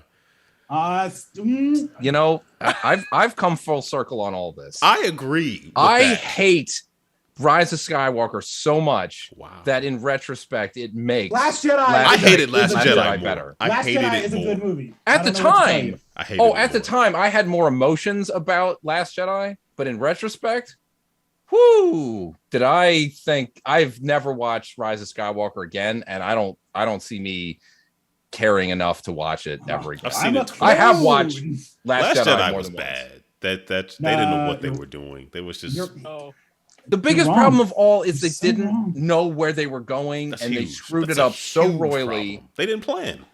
And they finally were like, well, I don't know, should we acquiesce to the people who are angry about the last one? Let's just say, well, they turned around and faced the other direction. What was your idea about anything? Oh God, I didn't have an idea. That guy that's been dead for 30 years and was ancient as crap at the time, let's bring him back. Hey, we introduced this new villain. He's not real. I was in the theater like, who's the antagonist going to be for the next movie? Anybody? Like, I was like, what? Just didn't know. Anyway. And I don't know. Never mind. Go ahead. What was it? Snoke? Let's move on. Was that who it was? Snoke. Yes. Clone Snoke. Anyway. It was silly enough, but it's all of it was just stupid in the end. Aaron, what are your thoughts on Iron Man 3 right now? No, but we need to get to Mandi the game she's playing. That's what we need to do. So Shang-Chi, was that the redemption moment of? Yes. It was heavy-handed, but I'll give it to them. Did it work enough for you to Yes, forgive that one aspect of I Iron Man rewatched 3? Iron Man 3, which I still don't really like, but I rewatched it and it was not as bad as I recall it being initially. Is that kid going to turn out to be some kind of superhero? I mean, he shows up in the At the end funeral. credit scene. That's why we go. It's not all I forgotten. didn't know who he was in that. I didn't scene. either. I had to So, look it up. Like, I had to go look That's it what up. the internet's for. So, all right, we really got to keep it moving. Though. Sorry, go ahead. No worries. Mandi, what games you been playing? Oh my goodness, games I've been playing. Oh my gosh. The other day I played. Are we talking board games or video games? Because it's All of the above. Whatever you like. I have a list Your of both. choice. Oh, okay. Well, the board game side, I played Anno 1800, which is based off of the Ubisoft game, video game of the same name. I have not played any of the Anno series. I don't know if any of you have played them. It's in shrink I wrap, was just- so I don't. I was just know. gonna say, What is the Well, video no, game about? it's a like RT or what the 4X game. So So Explorer. This is not up my alley at all. But Expand. but Anno 1800 seems to be a little different than some of the others. Because I heard some of the newer ones, like my boyfriend was telling me they're not that great. Like Anno, is it 2200? He's like, it's like space kind of themed. So if you want to confirm it's an Anno game, does the numbers equal 9? Because every one of them they Oh. all Is that equal true? 9. 100%. Really? You just Okay, did you discovered come that? up with that? I didn't know that. What's that? Did you come up with that? I learned it from someone who I believe worked on one of the games. But yes, every one of their titles. Is Anno an acronym? No, okay. A core, I forget what. But yes, everyone sure. equals 9. So 1800, Okay. 1800. I didn't. Look, I learned something new. But the board game, really good. I really liked it. Like, it's definitely on the crunchier side. And we for the first play, we had a couple things that we had done wrong. We're like, oh, this seems kind of easy. And then when we fixed it, because you can actually borrow actions on somebody else's board, it's actually more expensive depending on the color space of the action you're taking. So, Is it camera friendly? Oh, we're going to be doing, yes, I think it will be, because I know David, Eclectic Camo's in the chat. We're going to be doing a playthrough of it soon. So it is one that it does have a lot of cubes and stuff, but they're brightly colored enough that they'll show up on camera. And then the main board has lots of tiles. So, and then your board has tiles. So there's a lot of stuff going on, but I think it's clear enough that you could stream it because we're going to give it a go. But it made me kind of want to go back and see the video game because I looked at the other ones. I'm not a fan, but this one looks like it might be interesting, the video game. So I'm contemplating that. But if you haven't tried the board game, you should try it. It's really good. And it's a Martin Wallace. Thank you, David. I feel like it didn't get the attention that I thought it was going to get. And I think people were a little apprehensive because they're like, ooh, a game based off a video game. You know, we all know how well that goes over. And it doesn't usually. So, but this one actually is quite good. So if you haven't tried it, give it a whirl. And apparently they're coming out with an expansion. Someone was mentioning that to me. I didn't know that. So I need to punch it. So first things first for me, you know. Well, people had some problems with the end condition in the game. I'm trying to remember because it's been a little bit since I played it, but they didn't like that the ending was a bit abrupt. So apparently the expansion fixes that. So okay. So we shall see. So that was what I played on the board game side. So that was very exciting. Video game side. Oh my gosh, I have to take like a breath here. So I have ADHD. So my attention span in games is very short. And if you can't keep my attention, I'm on to the next. And I very rarely finish games if they're more than 30 hours to complete. If they're I more can't than do 8, I barely finish. Yeah, I'd say that's Aaron, I would call your that your long problem attention isn't the span. length of games.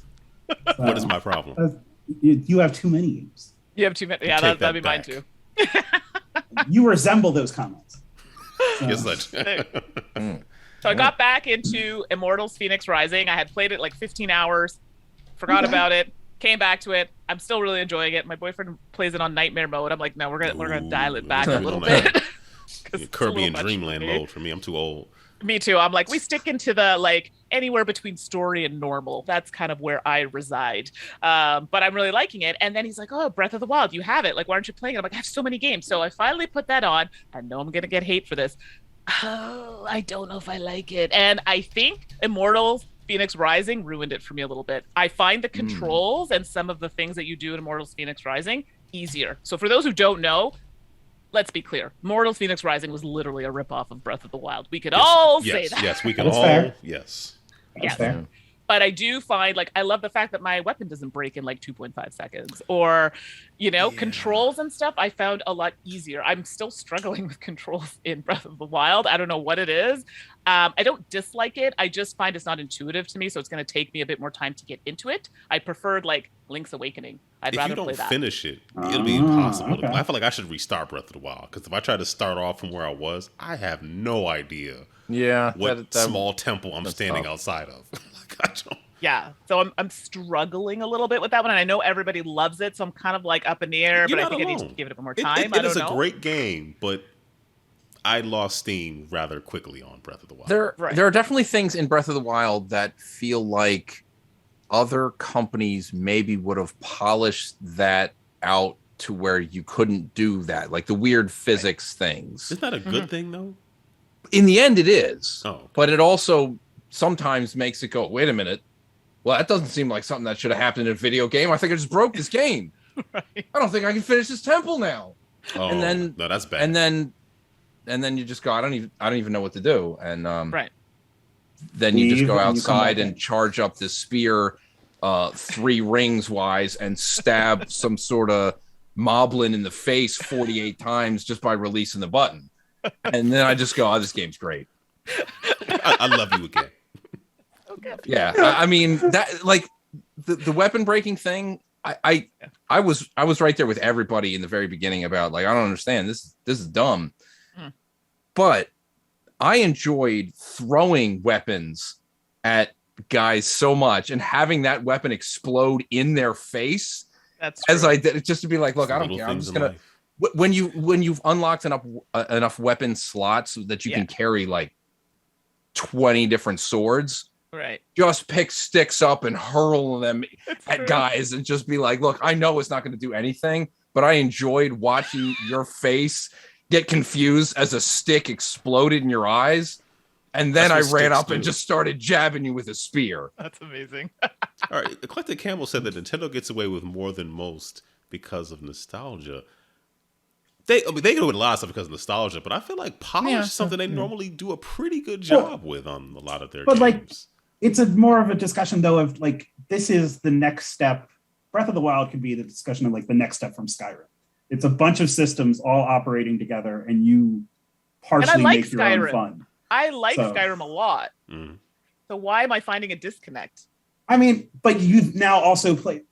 Imagine Bethesda No didn't dialogue. take forever to make games and had made another Skyrim, and then you went back to, because like I like Phoenix Rising, but it's a more refined, and like you have other options and verbs to use that Zelda didn't. Now it's also a game that came out 4 years after Zelda did, Very true. so they kind of get to look at it and be like, cool. It's kind of that why was- like Perfect Dark is better than GoldenEye, even though it rests on GoldenEye's shoulders. We would all agree, correct, Tiny? it's okay to be wrong. So, I still love you. And I just sit back and I go, these two guys love arguing about which horrible N64 game is less horrible. Here's the answer. Again, he pulled the controller out. I will take on all challengers to Goldeneye. Yeah. I don't care. Anyway, back to Mandi. So if you duct tape one hand behind your back and say, play this video game, and you both have to do that, it somehow makes it better. Yes. Maybe. Because here's the thing. Aaron likes Perfect Dark, especially because you can change the controls on a per user basis. And I just recognize inverted controls are the devil. No, see, I'm not on board with this at all. You have to have the option. That helps my point then, because in GoldenEye, if you change that, it's a global setting. In Perfect Dark, you shouldn't change it. Like, you're not an airplane. Stop inverting the controls. And I look at it and I go, yes, one is better than the other, but you're both standing in quicksand, sinking to your death. So in the end, it doesn't matter at all. Okay, Mandi, where do you stand on the GoldenEye Perfect Dark thing? I'm staying out of this one. Okay.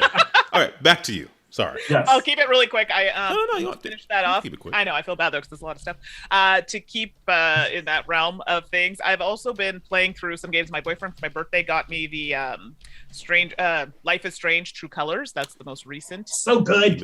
I loved it. It was so good. And I won't do any spoilers or anything, but I really, really, really enjoyed that one. So if you haven't played it and you're a fan of the series, I really think you should give it a go. So that one I like plowed through that like so fast. It was so good.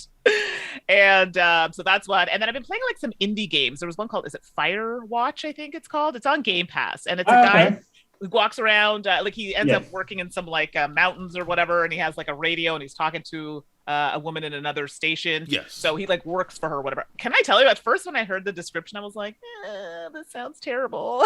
then I played it, and it was actually really good. Like the commentary and the story, it was really well done, and it wasn't a super long game. And I really like that. So I like those kind of like little short indie games to play. So I'll kind of poke through those on Game Pass and play those rather quickly. So I'm just kind of like plowing through games. Like, let me play all the things. So that's what Game Pass is for. I know. I just feel like it's like, it's like when we were talking about earlier, like it's a lot and I want to kind of do everything. But then as soon as Outer Worlds 2 comes out, that's it. It's over. I'm going to be finishing that. The only game that I've like finished like thoroughly. Yeah, that's it. Okay. All right. Well, if you just interrupt us, chime in, you know how it works. Yes. Take us down tangents, all that good stuff. All good. And to try to pretend this is some kind of a segue, I'm going to say, what's even shorter than short indie games? Arcade games. They last seconds before you just walk away. In many. That's very true. So I've actually been playing a lot of arcade games lately. I don't know where that you own. Yes, absolutely, completely. I think I bought the IP at some point and forgot about it. I'm not sure. Anyway, that's how IP work. So some things that I've been playing recently. One was something I heard somebody mention on a YouTube channel, and I was like, yeah, I've heard of that. I've never really played it before. It sounds like something I should check out. It's Vendetta. This is a side-scrolling beat-em-up game in the traditional sense, like a Double Dragon or a Final Fight or what have you.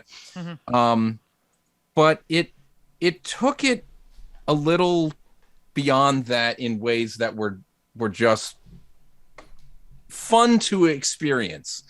And I don't mean that in a way like, oh, it was immaculate and everything was perfect and everything is completely up to, today's standards and how we view other human beings and treat everyone very respectfully. But once we get past all that and just enjoy the nostalgia of how stupid is this game and, where you're kicking people on the ground and when you're falling down and they're trying to come after you, you're like kicking them in the groin as you're laying them on the ground and, picking up like boxes of God knows what and just smashing them over the face of other people because you can. Where are we going with this? Like it was a nonstop. I'm just going to keep playing this until we get through all of it. And I did. And I thoroughly enjoyed experiencing all of the weird, not exactly clones, but like weird versions of, well, this guy's kind of a wrestler. He kind of looks sort of like Hulk Hogan in the 80s, but he's definitely not that guy. No, that would cost like money and rights and stuff. And but all of his moves are definitely wrestling, and he's sort of like, you know, elbow drops on people on the ground and stuff. And this other guy, and he does his thing, and you know, it's worth a playthrough if you enjoy just like punching other stupid people in the face. It is something that you get through in probably 30 minutes. And they take it in directions that are just stupid enough to laugh at and say, yeah, you knew this was stupid and you did it anyway. So it's cool. I liked it. It was fun. What's the name of it again? I gotta write it down. Like I need more games. It's just called Vendetta. And Vendetta. It's a stress reliever. It's like a stress ball, except you. I need that on occasion. Yeah, I should have put on here what brand. It's made by a company that it's like Taito or something. It's Konami. Okay, it's Konami. It's developed and published by Konami. Yeah, so someone was talking about this recently, like on a podcast or a YouTube video that I can't. I doubt it, but there's a chance it could have been the same YouTube video we were both watching. But right. It sparked my interest. I was like, I gotta play it. I did. Oh, somebody put a link in the chat. Thank you very much. Was that you? Vendetta. That was me. Okay, I was like, wait a minute, that name sounds familiar. I'm looking at it now. Another one I checked out, had never played before, and it seems really, really simple, and it is. But something about it keeps me coming back again and again. And I don't know how this is supposed to be pronounced, but I'm going to call it Grobda because those are the letters that I'm seeing. Grobda. It's made by Namco. And it's this simple little game where you're a tank shooting other tanks, except for when any tank explodes, a miniature nuclear bomb goes off, and you have to stay the hell away from that, or you're going to go, or if you get one of them, you can get this crazy chain reaction going off, like a whole bunch of red barrels in Doom. And that's where you get the score multiplier. And ultimately that's how you get the high scores. But it's just this simple little game. And I've played it probably 3 dozen times since I've found it. And it's simple, quick. It like every game probably takes 60 to 90 seconds. Oh, fun. I don't know. Oh, Mike, did you know this is in the Xevious series? I didn't know. I didn't know. I mean, they're brand connected. I did not know that they were like. Cool. It is a spinoff from Xevious. As the is this in a collection that I already own? I guess probably. Yeah, right. It's got to be on Namco. It is on Namco Museum Volume 2. Namco Museum Battle. I should check because I feel like I have some of these things that I haven't even like delved into them yet. And sometimes that's exactly what it is. This is a thing that there's a really good chance I've just glazed right over this in some of the collection before, and I just gave it a chance, and I was like, look, this is not an amazing game. Don't go like super overhype and then be disappointed into the Spiderverse wise. Mike says it'll change. Just take a quick look at it and say, this is more than just combat for the Atari 2600, which is also really fun with 2 humans. Right. An abysmal piece of trash if you're trying to play it on your own, because I don't think there even is AI. A couple of days ago, it didn't work out well. and to the kind of trying to segue again, Toobin is a game that I've seen before. I've never played this game. So the kid on the inner tube, the 2 kids on the inner tube, and I finally gave it a shot in a real arcade. In this case, and I was like, wait a minute, this is kind of fun, and I can imagine how this would be even more fun with 2 human beings. It's on everything. I mean, and then I was like, wait a minute. This game becomes one of the weirdest things I've ever seen the more you play it. Isn't it just like River Raid, but you can less just violent? You can Google what happens if you play this game long enough, if you want, or you can just play it and find out someday, and you go, I would have never guessed where this river was going to lead us to. Okay, now I gotta play Toobin after. Right? but even if you never get that far, Ooh. it is one of those games that's like track and field where you're just like slapping buttons next to some guy next to you or some lady or whatever. It's a fun game. It's a fun, quick, stupid little game that ultimately goes in places that you probably never would have guessed. It looks familiar. Like it looks like another game. I don't know if it was like a winter game, something. It looks very similar in to that game. same kind of a style where Yeah. there is no joystick in the arcade. This is 5 buttons that each person has, and 4 of them are how to control, your hand motions to control the tube, and then the last one is to throw beer cans at things, mostly your opponent. You're Biff or Jet in this game, by the way. I like Biff. I'm Biff. It's a silly game, and I look forward to the opportunity of playing this with another human being. That's awesome. And then to wrap up real quick, I've played some Cruis and Blast, and I don't mean the Switch game. I mean in the arcade. Ooh. And it is entertaining every single time I play it. And thankfully, the arcade that I have access to, the game controls completely perfect. Like there's no but it drifts to the right or the left or the whatever. So you're doesn't not work. playing it on the Switch. I've never played. Well, actually, the one time on Tiny's, I did play it at the Extra Life booth. But other than that, I've only ever played the arcade game. It's a fun game. It's cool. There's way more on the Switch version, but kind of have to be. It's a cool arcade game. And right next to it at the arcade up in the closest minor city to me, they have the Star Wars BattlePod, which is just incredible if you've never played it. Like it is VR without wearing a headset, because it's a dome of a projector going 180 degrees view, top, sides, in front of you, everything, and it's easy to get motion sickness out of it. I was going to ask you that. It sounds like Vomit City. That's why I pretty much play. I play one level. I can play. I've played as many as 3. I will not go beyond that. But Mike knows his limits. Yeah. Generally, it's 1 or 2. But every time I go, I have to play one level of this because it is incredible. Okay. Well, no, finish, and I have a question. Just to define it. It has nothing to do with the actual operation of the game, but what I did find out, because I'm quote unquote friends, like Facebook friends with the operator of this arcade, and watching his posts about things, maintenance in specifically with this thing, what I'm talking about now, which is when the bulb dies on the projector for this game, you can replace the bulb. But the only way to get it to work again after that is to have the remote control that operates this. There's no buttons on the actual many thousands of dollars cabinet to make the game work again.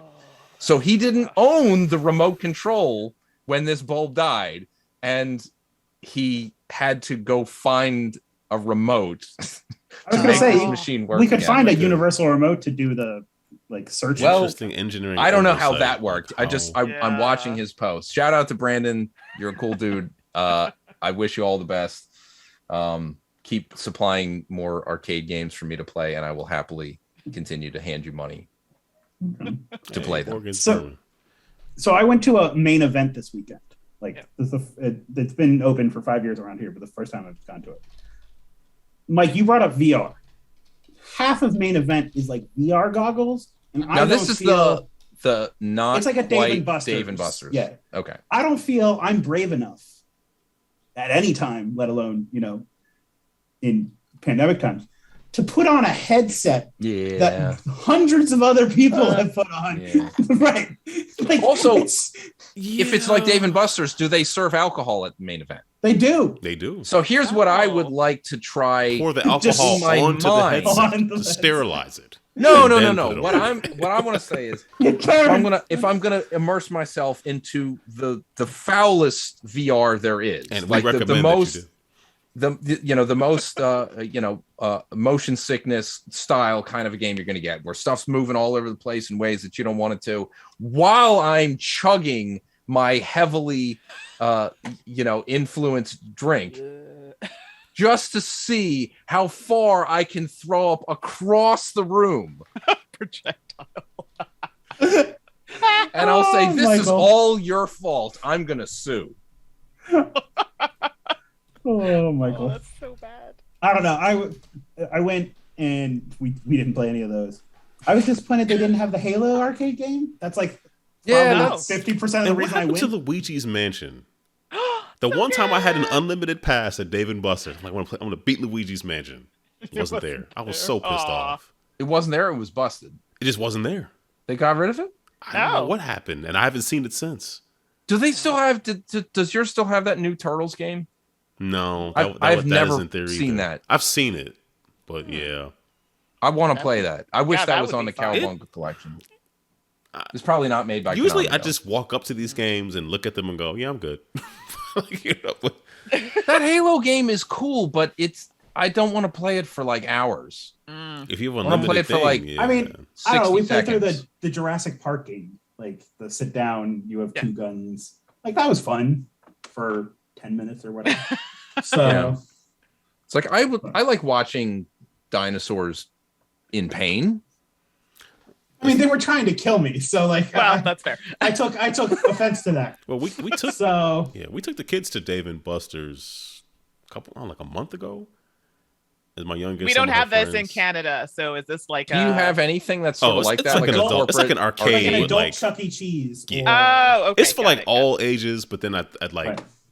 in the evening it's kind of more for adults. They're just one of the few brands that can actually get any of the actual new machines. got it. And I Understood. wonder, like, are there enough? I often wonder, are there enough people mean, they're all who just- are renting these machines to justify not only producing the game but then producing the actual cabinet? Clearly, But like there a lot are. of the new stuff is just iPad stuff. Like Yeah, they had an yeah. Injustice. They had an That's Injustice 2 arcade machine here, but it's just the Injustice 2 mobile game It is. on an arcade platform. Such a Same for like wasted Doodle potential. Jump, and they have Right. Fruit Ninja, and Fruit Ninja. no, my point was Like, there was Infinity a- Blade was on a 42-inch touchscreen. I was gonna say, yeah, their Beat Saber was there again. I wasn't gonna played put that. Headset on my face. Is that the but- one with the Beat Saber? The music and your Yes, my boyfriend has it. He's You're- like, try it, and I was like, I'm gonna be really no, Beat bad at Saber it. is He's like, great. it's fun. Yeah. No, but Again, doing not gonna VR put in that public, disgusting headset on. because No. the girls all did VR. They all, because my youngest did Yeah. it, and then my other two did it. And they give you like these disposable like thing. They basically the wrap your gaskets. head with stuff all over it, so like nothing is really touching. Yeah, Like, that's not what your happened. actual- Oh, they literally just. Oh, I mean, so you're not really. They also like stare. Like they like sure. they They sterilize take it the while same stuff they use the bowling shoes and they just spray that it on. just it. smells twice as fresh. Plus, my girls have so much hair. Like nothing. It's like Yeah, like so it's floating not getting above. through that. Especially my oldest, because she has locks, so it's like floating above her Amazing. head. But Oh, See, that's awesome. I'm not. I mean, at this stage in pandemic, which is not really the only reason you'd be worried about touching things other people touch. no, it's but a concern. It's legit. I am not concerned about touching other things. I don't bother wiping down the grocery carts anymore. It's that's not how things transmit. Now, granted, I'm not going to put my hand on somebody else's grocery cart and then stick it in my mouth. Yeah, Like that's not. bad idea. that's we not thought the that's thing where I'm you gonna were do. going with this. Honestly, I thought But- that was the logical next thing you were going to say. It all depends on what the thing is that's touching your face that would bother me. Like, is it like a sponge? Then no, I don't want to put that on my face. No. That's somebody else. No. But if it's just hard plastic that somebody wiped Oh down, no, these or- looked like they all had gaskets on them. yeah, Like, yeah, no. not disposable gaskets. Like, No. Like, Well, reuse. again, like maybe there was a way to change them out, but I didn't see anyone, and I kept seeing, I don't know, small children playing this. And I'm like, Oh, no. yeah, okay. well, that's a reason, even without COVID, to be like, well, no, I'm not. Well, But again, exactly. I'm really afraid of where this is going.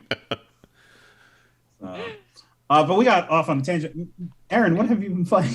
For board game stuff, I played that game VOWL again with the wife. That's the one where there's hundreds of cards with just 3 letters on them, consonants. What's it called? VOWL? Oh, But it's I didn't know this. VOWL. Okay.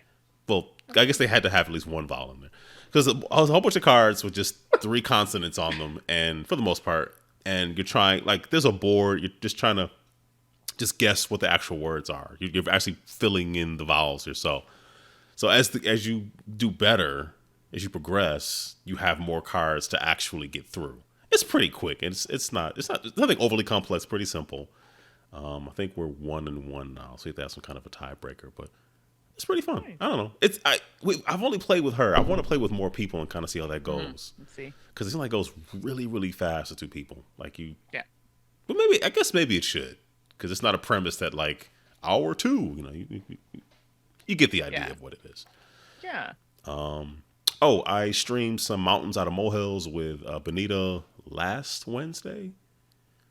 And it was fun. I have a copy. I want to play it again. It's a very fun game. Like it has 2 levels. So one level, it's a programming game. So you have cards where you're programming the actual moles to you're making a face. You don't like programming? I don't like programming games at all. Mind you, I shouldn't say that. Mechs vs. Minions was really good, but that's the only one. But continue. Maybe I'll change my mind. Okay, it can kind of be as complex as you want it to be. So you basically get 4 cards, and you can put them in any order you want, then put them face down, and you play them in that order, regardless of what happens. So the idea is on the board on the bottom, you're moving your mole, and then you actually affect the dirt on top.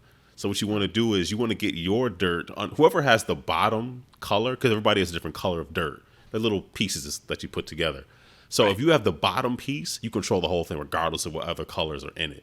But each round, I think there's 6 rounds, has a size limit. So in round 1, if you have anything over 2 like units tall, it collapses. So you kind of roll everything down and kind of even it out. But by the time you get to like round 6, you can be up to 5 units tall. I was doing well, and then she crushed me. That's usually how it goes. Yeah, like I was doing well, but then she had some really good rounds, and then she got underneath like my highest towers. Yeah, and then she ran away with the win. So I'm not like the only other programming game I can think of that I haven't played is Quirky Circuits.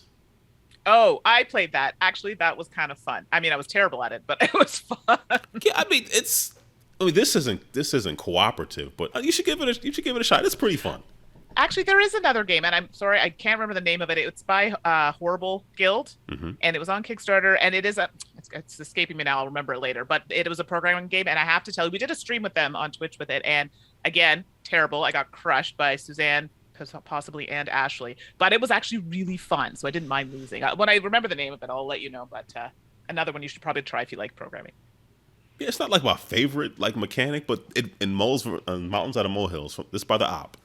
Really fun game. It's light, but there's something still in it that makes it's very competitive, because when somebody takes your tower, well, you are pissed, and you want to make sure that you can.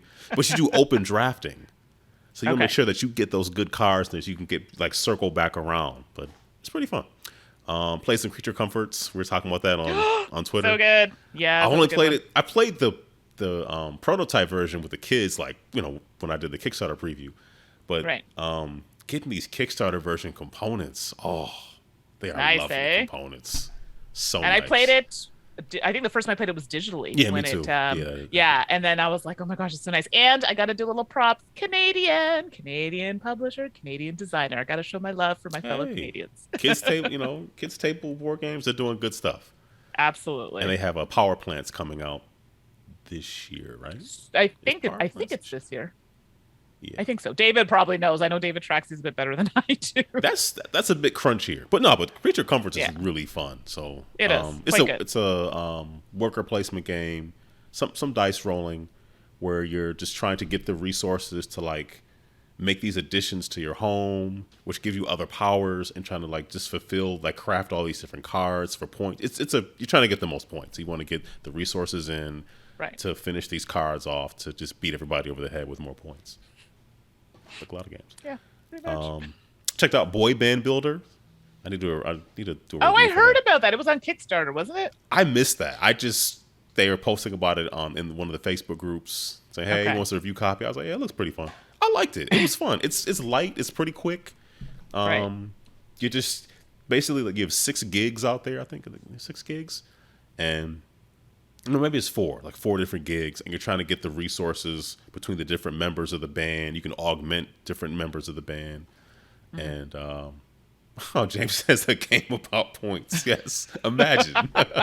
But in Boy Band Builder, you're trying to, because every gig is worth like X amount of dollars, so you want the most, the highest amount of money at the end.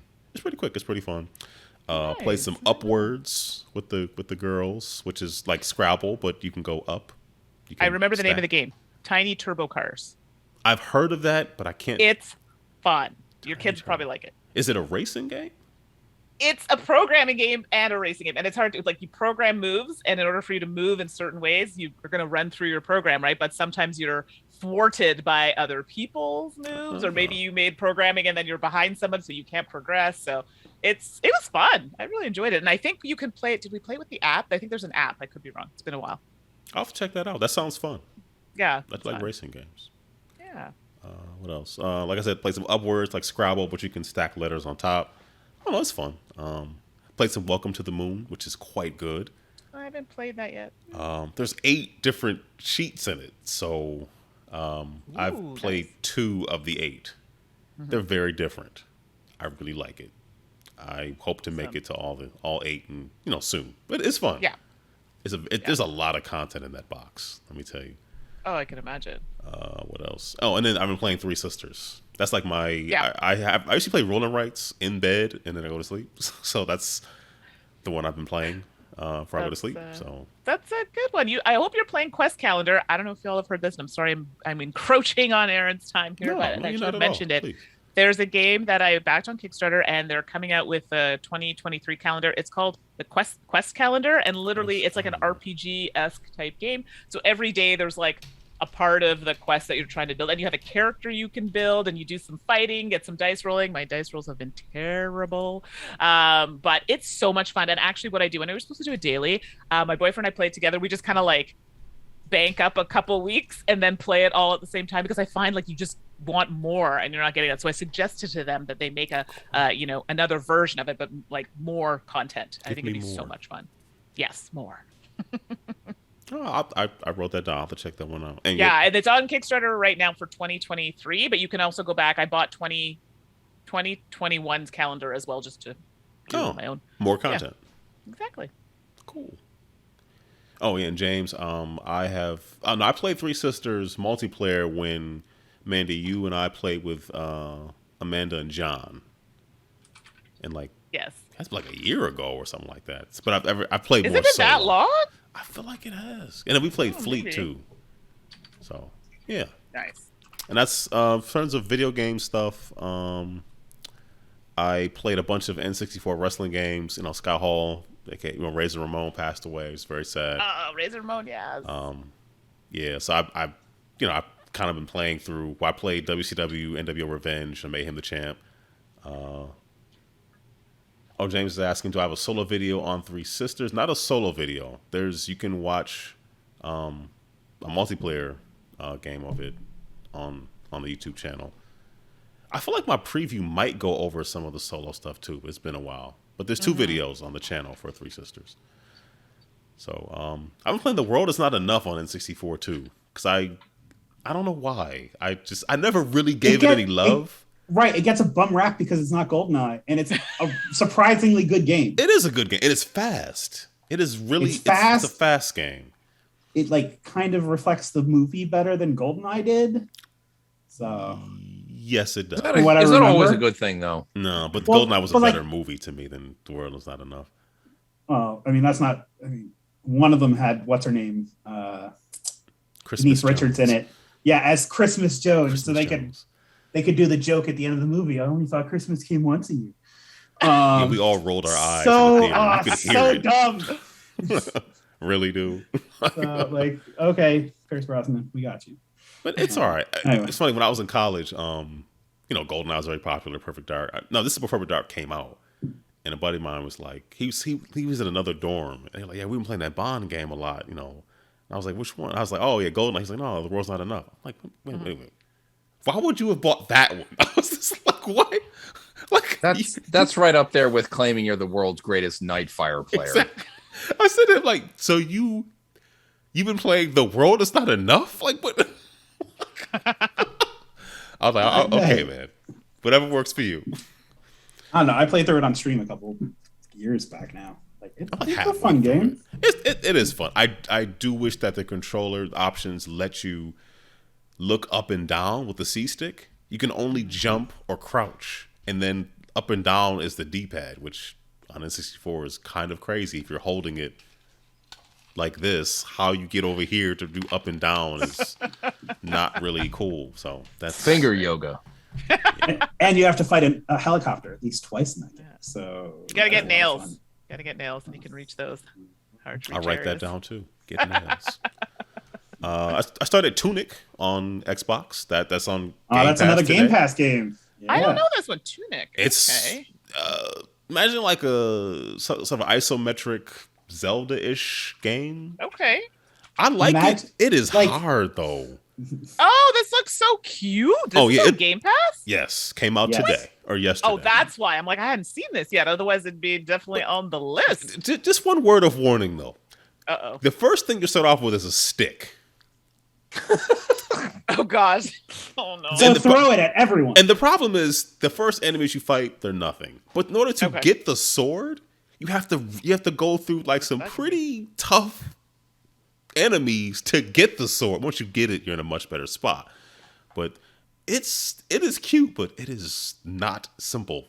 Is there like a story mode?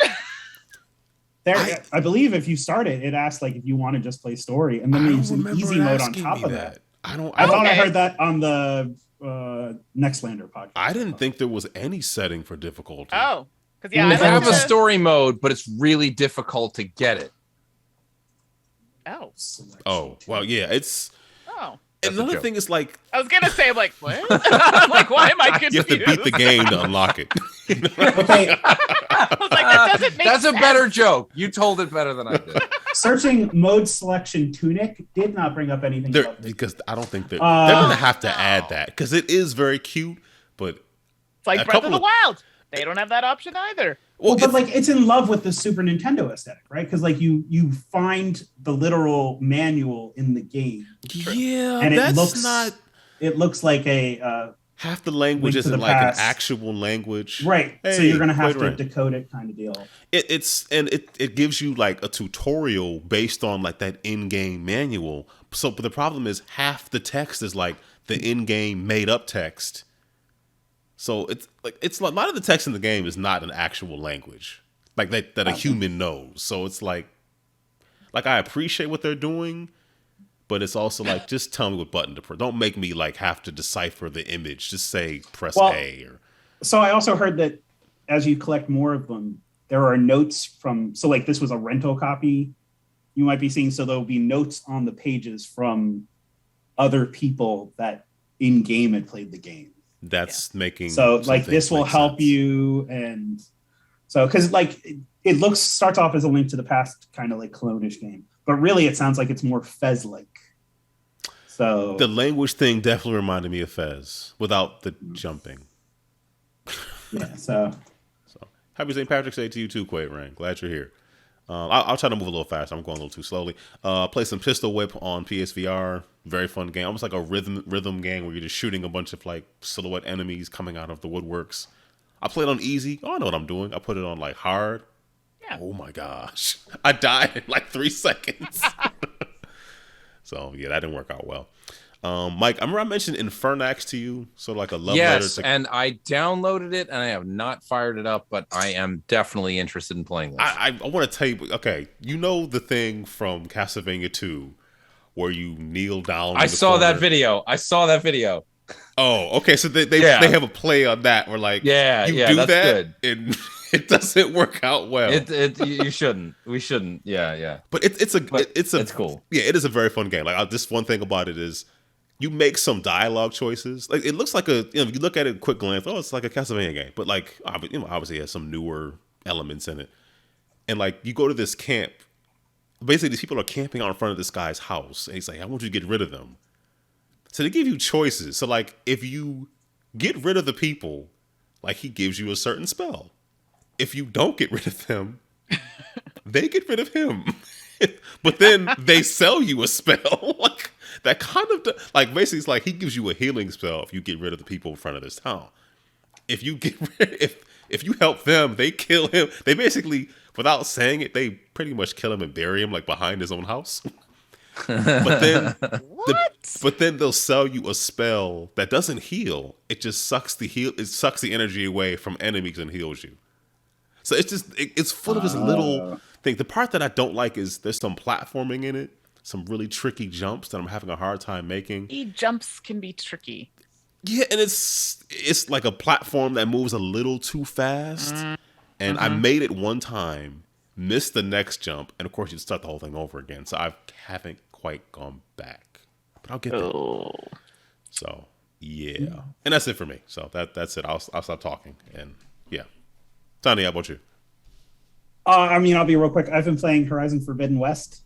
I think like 40 hours into it now. You said 40 hours? Intense. I believe. How many side quests have you done? A lot. I believe my character is like level 31, 32-ish right now. Wow. So I'm still, Jeez. And that map is like, huge. Yeah, I'm still like, there are still parts of the map that are covered in mist and like, I really like the robot designs. Like it's been a lot of fun to look at that and how it references some of the stuff from the first game. That I don't want to spoil, so I won't say anything about it. It looks really good. Yeah, it's beautiful. I'm playing it on the PS5. Like, it's a very beautiful game. I hate that it's not a save anywhere game because I brought it over to my girlfriend's house last weekend that I'd play while she was like dyeing her hair. So there's nothing I'm going to do there. And like she finishes up, and it still takes me another 45 minutes to get to a place where I can actually say, I'm like, she's like. Oof. Well, I don't want you to lose the progress. So I'm like, yeah, but I'm good. Like, I don't either, but I'd like to be done. And like, there's no reason not to let you save anywhere with the power of the PlayStation 5. Yeah, that's why I don't like that. That kind of stuff pisses me off. Like, come on. It's dumb. And I understand game designers would be like, it's going to break the immersion. You might like miss a very important story beat. And like, I don't care. I'm approaching 40. Don't care. Yeah, exactly. So yeah, but I mean, it's been a lot of fun. I've been really enjoying it. The other thing is I started KOTOR Knights of the Old Republic on Switch, which is two funny things about it. One, it had a bug that made the text larger than it was supposed to be, and people asked them to keep the bug in because it was hard to read on the Switch Lite screen. So that was a dumb coincidence. And then two, it does not suspend the clock when you're playing. So like if you play and put the Switch down and goes in sleep mode, when it comes back on and checks the date, it just adds that to the length of your save file. So I've only on the first world, and it says I've played for 68 hours. It knows best, Tiny. It knows best. It's probably some weird, because it's a port of the Xbox/PC version. So some weird thing there, but like, oh, that's a shame. I don't think I played for 68 hours. I don't have a lightsaber yet. But okay. So, and then the last thing I'll mention, hey, there are new Mario Kart courses coming to Mario Kart 8 Deluxe tomorrow. 32 total, not tomorrow. Oh, yeah, I heard about that. Well, the first 8 come out tomorrow. Yeah, I believe it's 48, actually. No. Can I ask you a question? Yeah. You get the new tracks if you have the expansion pass. Correct. That adds the N64 games and Genesis stuff, right? They already charge me for like the base Nintendo online, Switch Online. Can I still pay the difference and an upgrade? There used to be an upgrade path. I'd have to say check Nintendo.com. And just call Reggie. Aren't you friends with Reggie? I mean, me and I'm sorry. Call your uncle and just Reggie's the guy to talk Nintendo. To now. Yeah. But my nephews are very excited, except for apparently they pushed the update, but they're still locked. So they turned on their Switch and they're like, why can't we play these? And I got text messages from their mother. Like, can you play these? Is there a problem? And I had to be like, it unlocks tomorrow. We'll be okay. The other weird thing is my nephews are very excited for it, but they're also very excited to lose to their father because he takes no mercy on them because he knows they'll beat him eventually. So it happened to me. I used to beat my middle. I mean, I used to beat her in Mario Kart all the time. Then we were like neck and neck, and now it's like, oh, they were just happy I came over and I was able to challenge their father. So because we also played, I was like, wow. I will mention this. We also played the physical Mario Kart, the Mario Kart Go. No, what's the one that actually it's a remote control car you're controlling with the Switch. I know what you're talking about though. It's the camera and everything else. Yeah. It has the camera, and you can play 2-player now.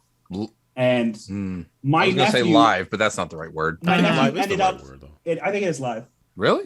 My younger nephew ended up, even though you have the camera, it's up on the screen, he just walked behind the car the whole time, controlling it with the remote. That is which is real tough when your brother is trying to race as well. You might step on the other car or both. So anyway, advantage. But with that, I'd say let's get out of here. I did want to mention one thing for Robbie 1051. I did not see the Batman, but he sent us an article about a person who watched the Batman, but they watched it in 4DX. Oh, this was on Kotaku. I saw this. Yeah, he sent us that did article. Batman sneeze all over him? So I guess.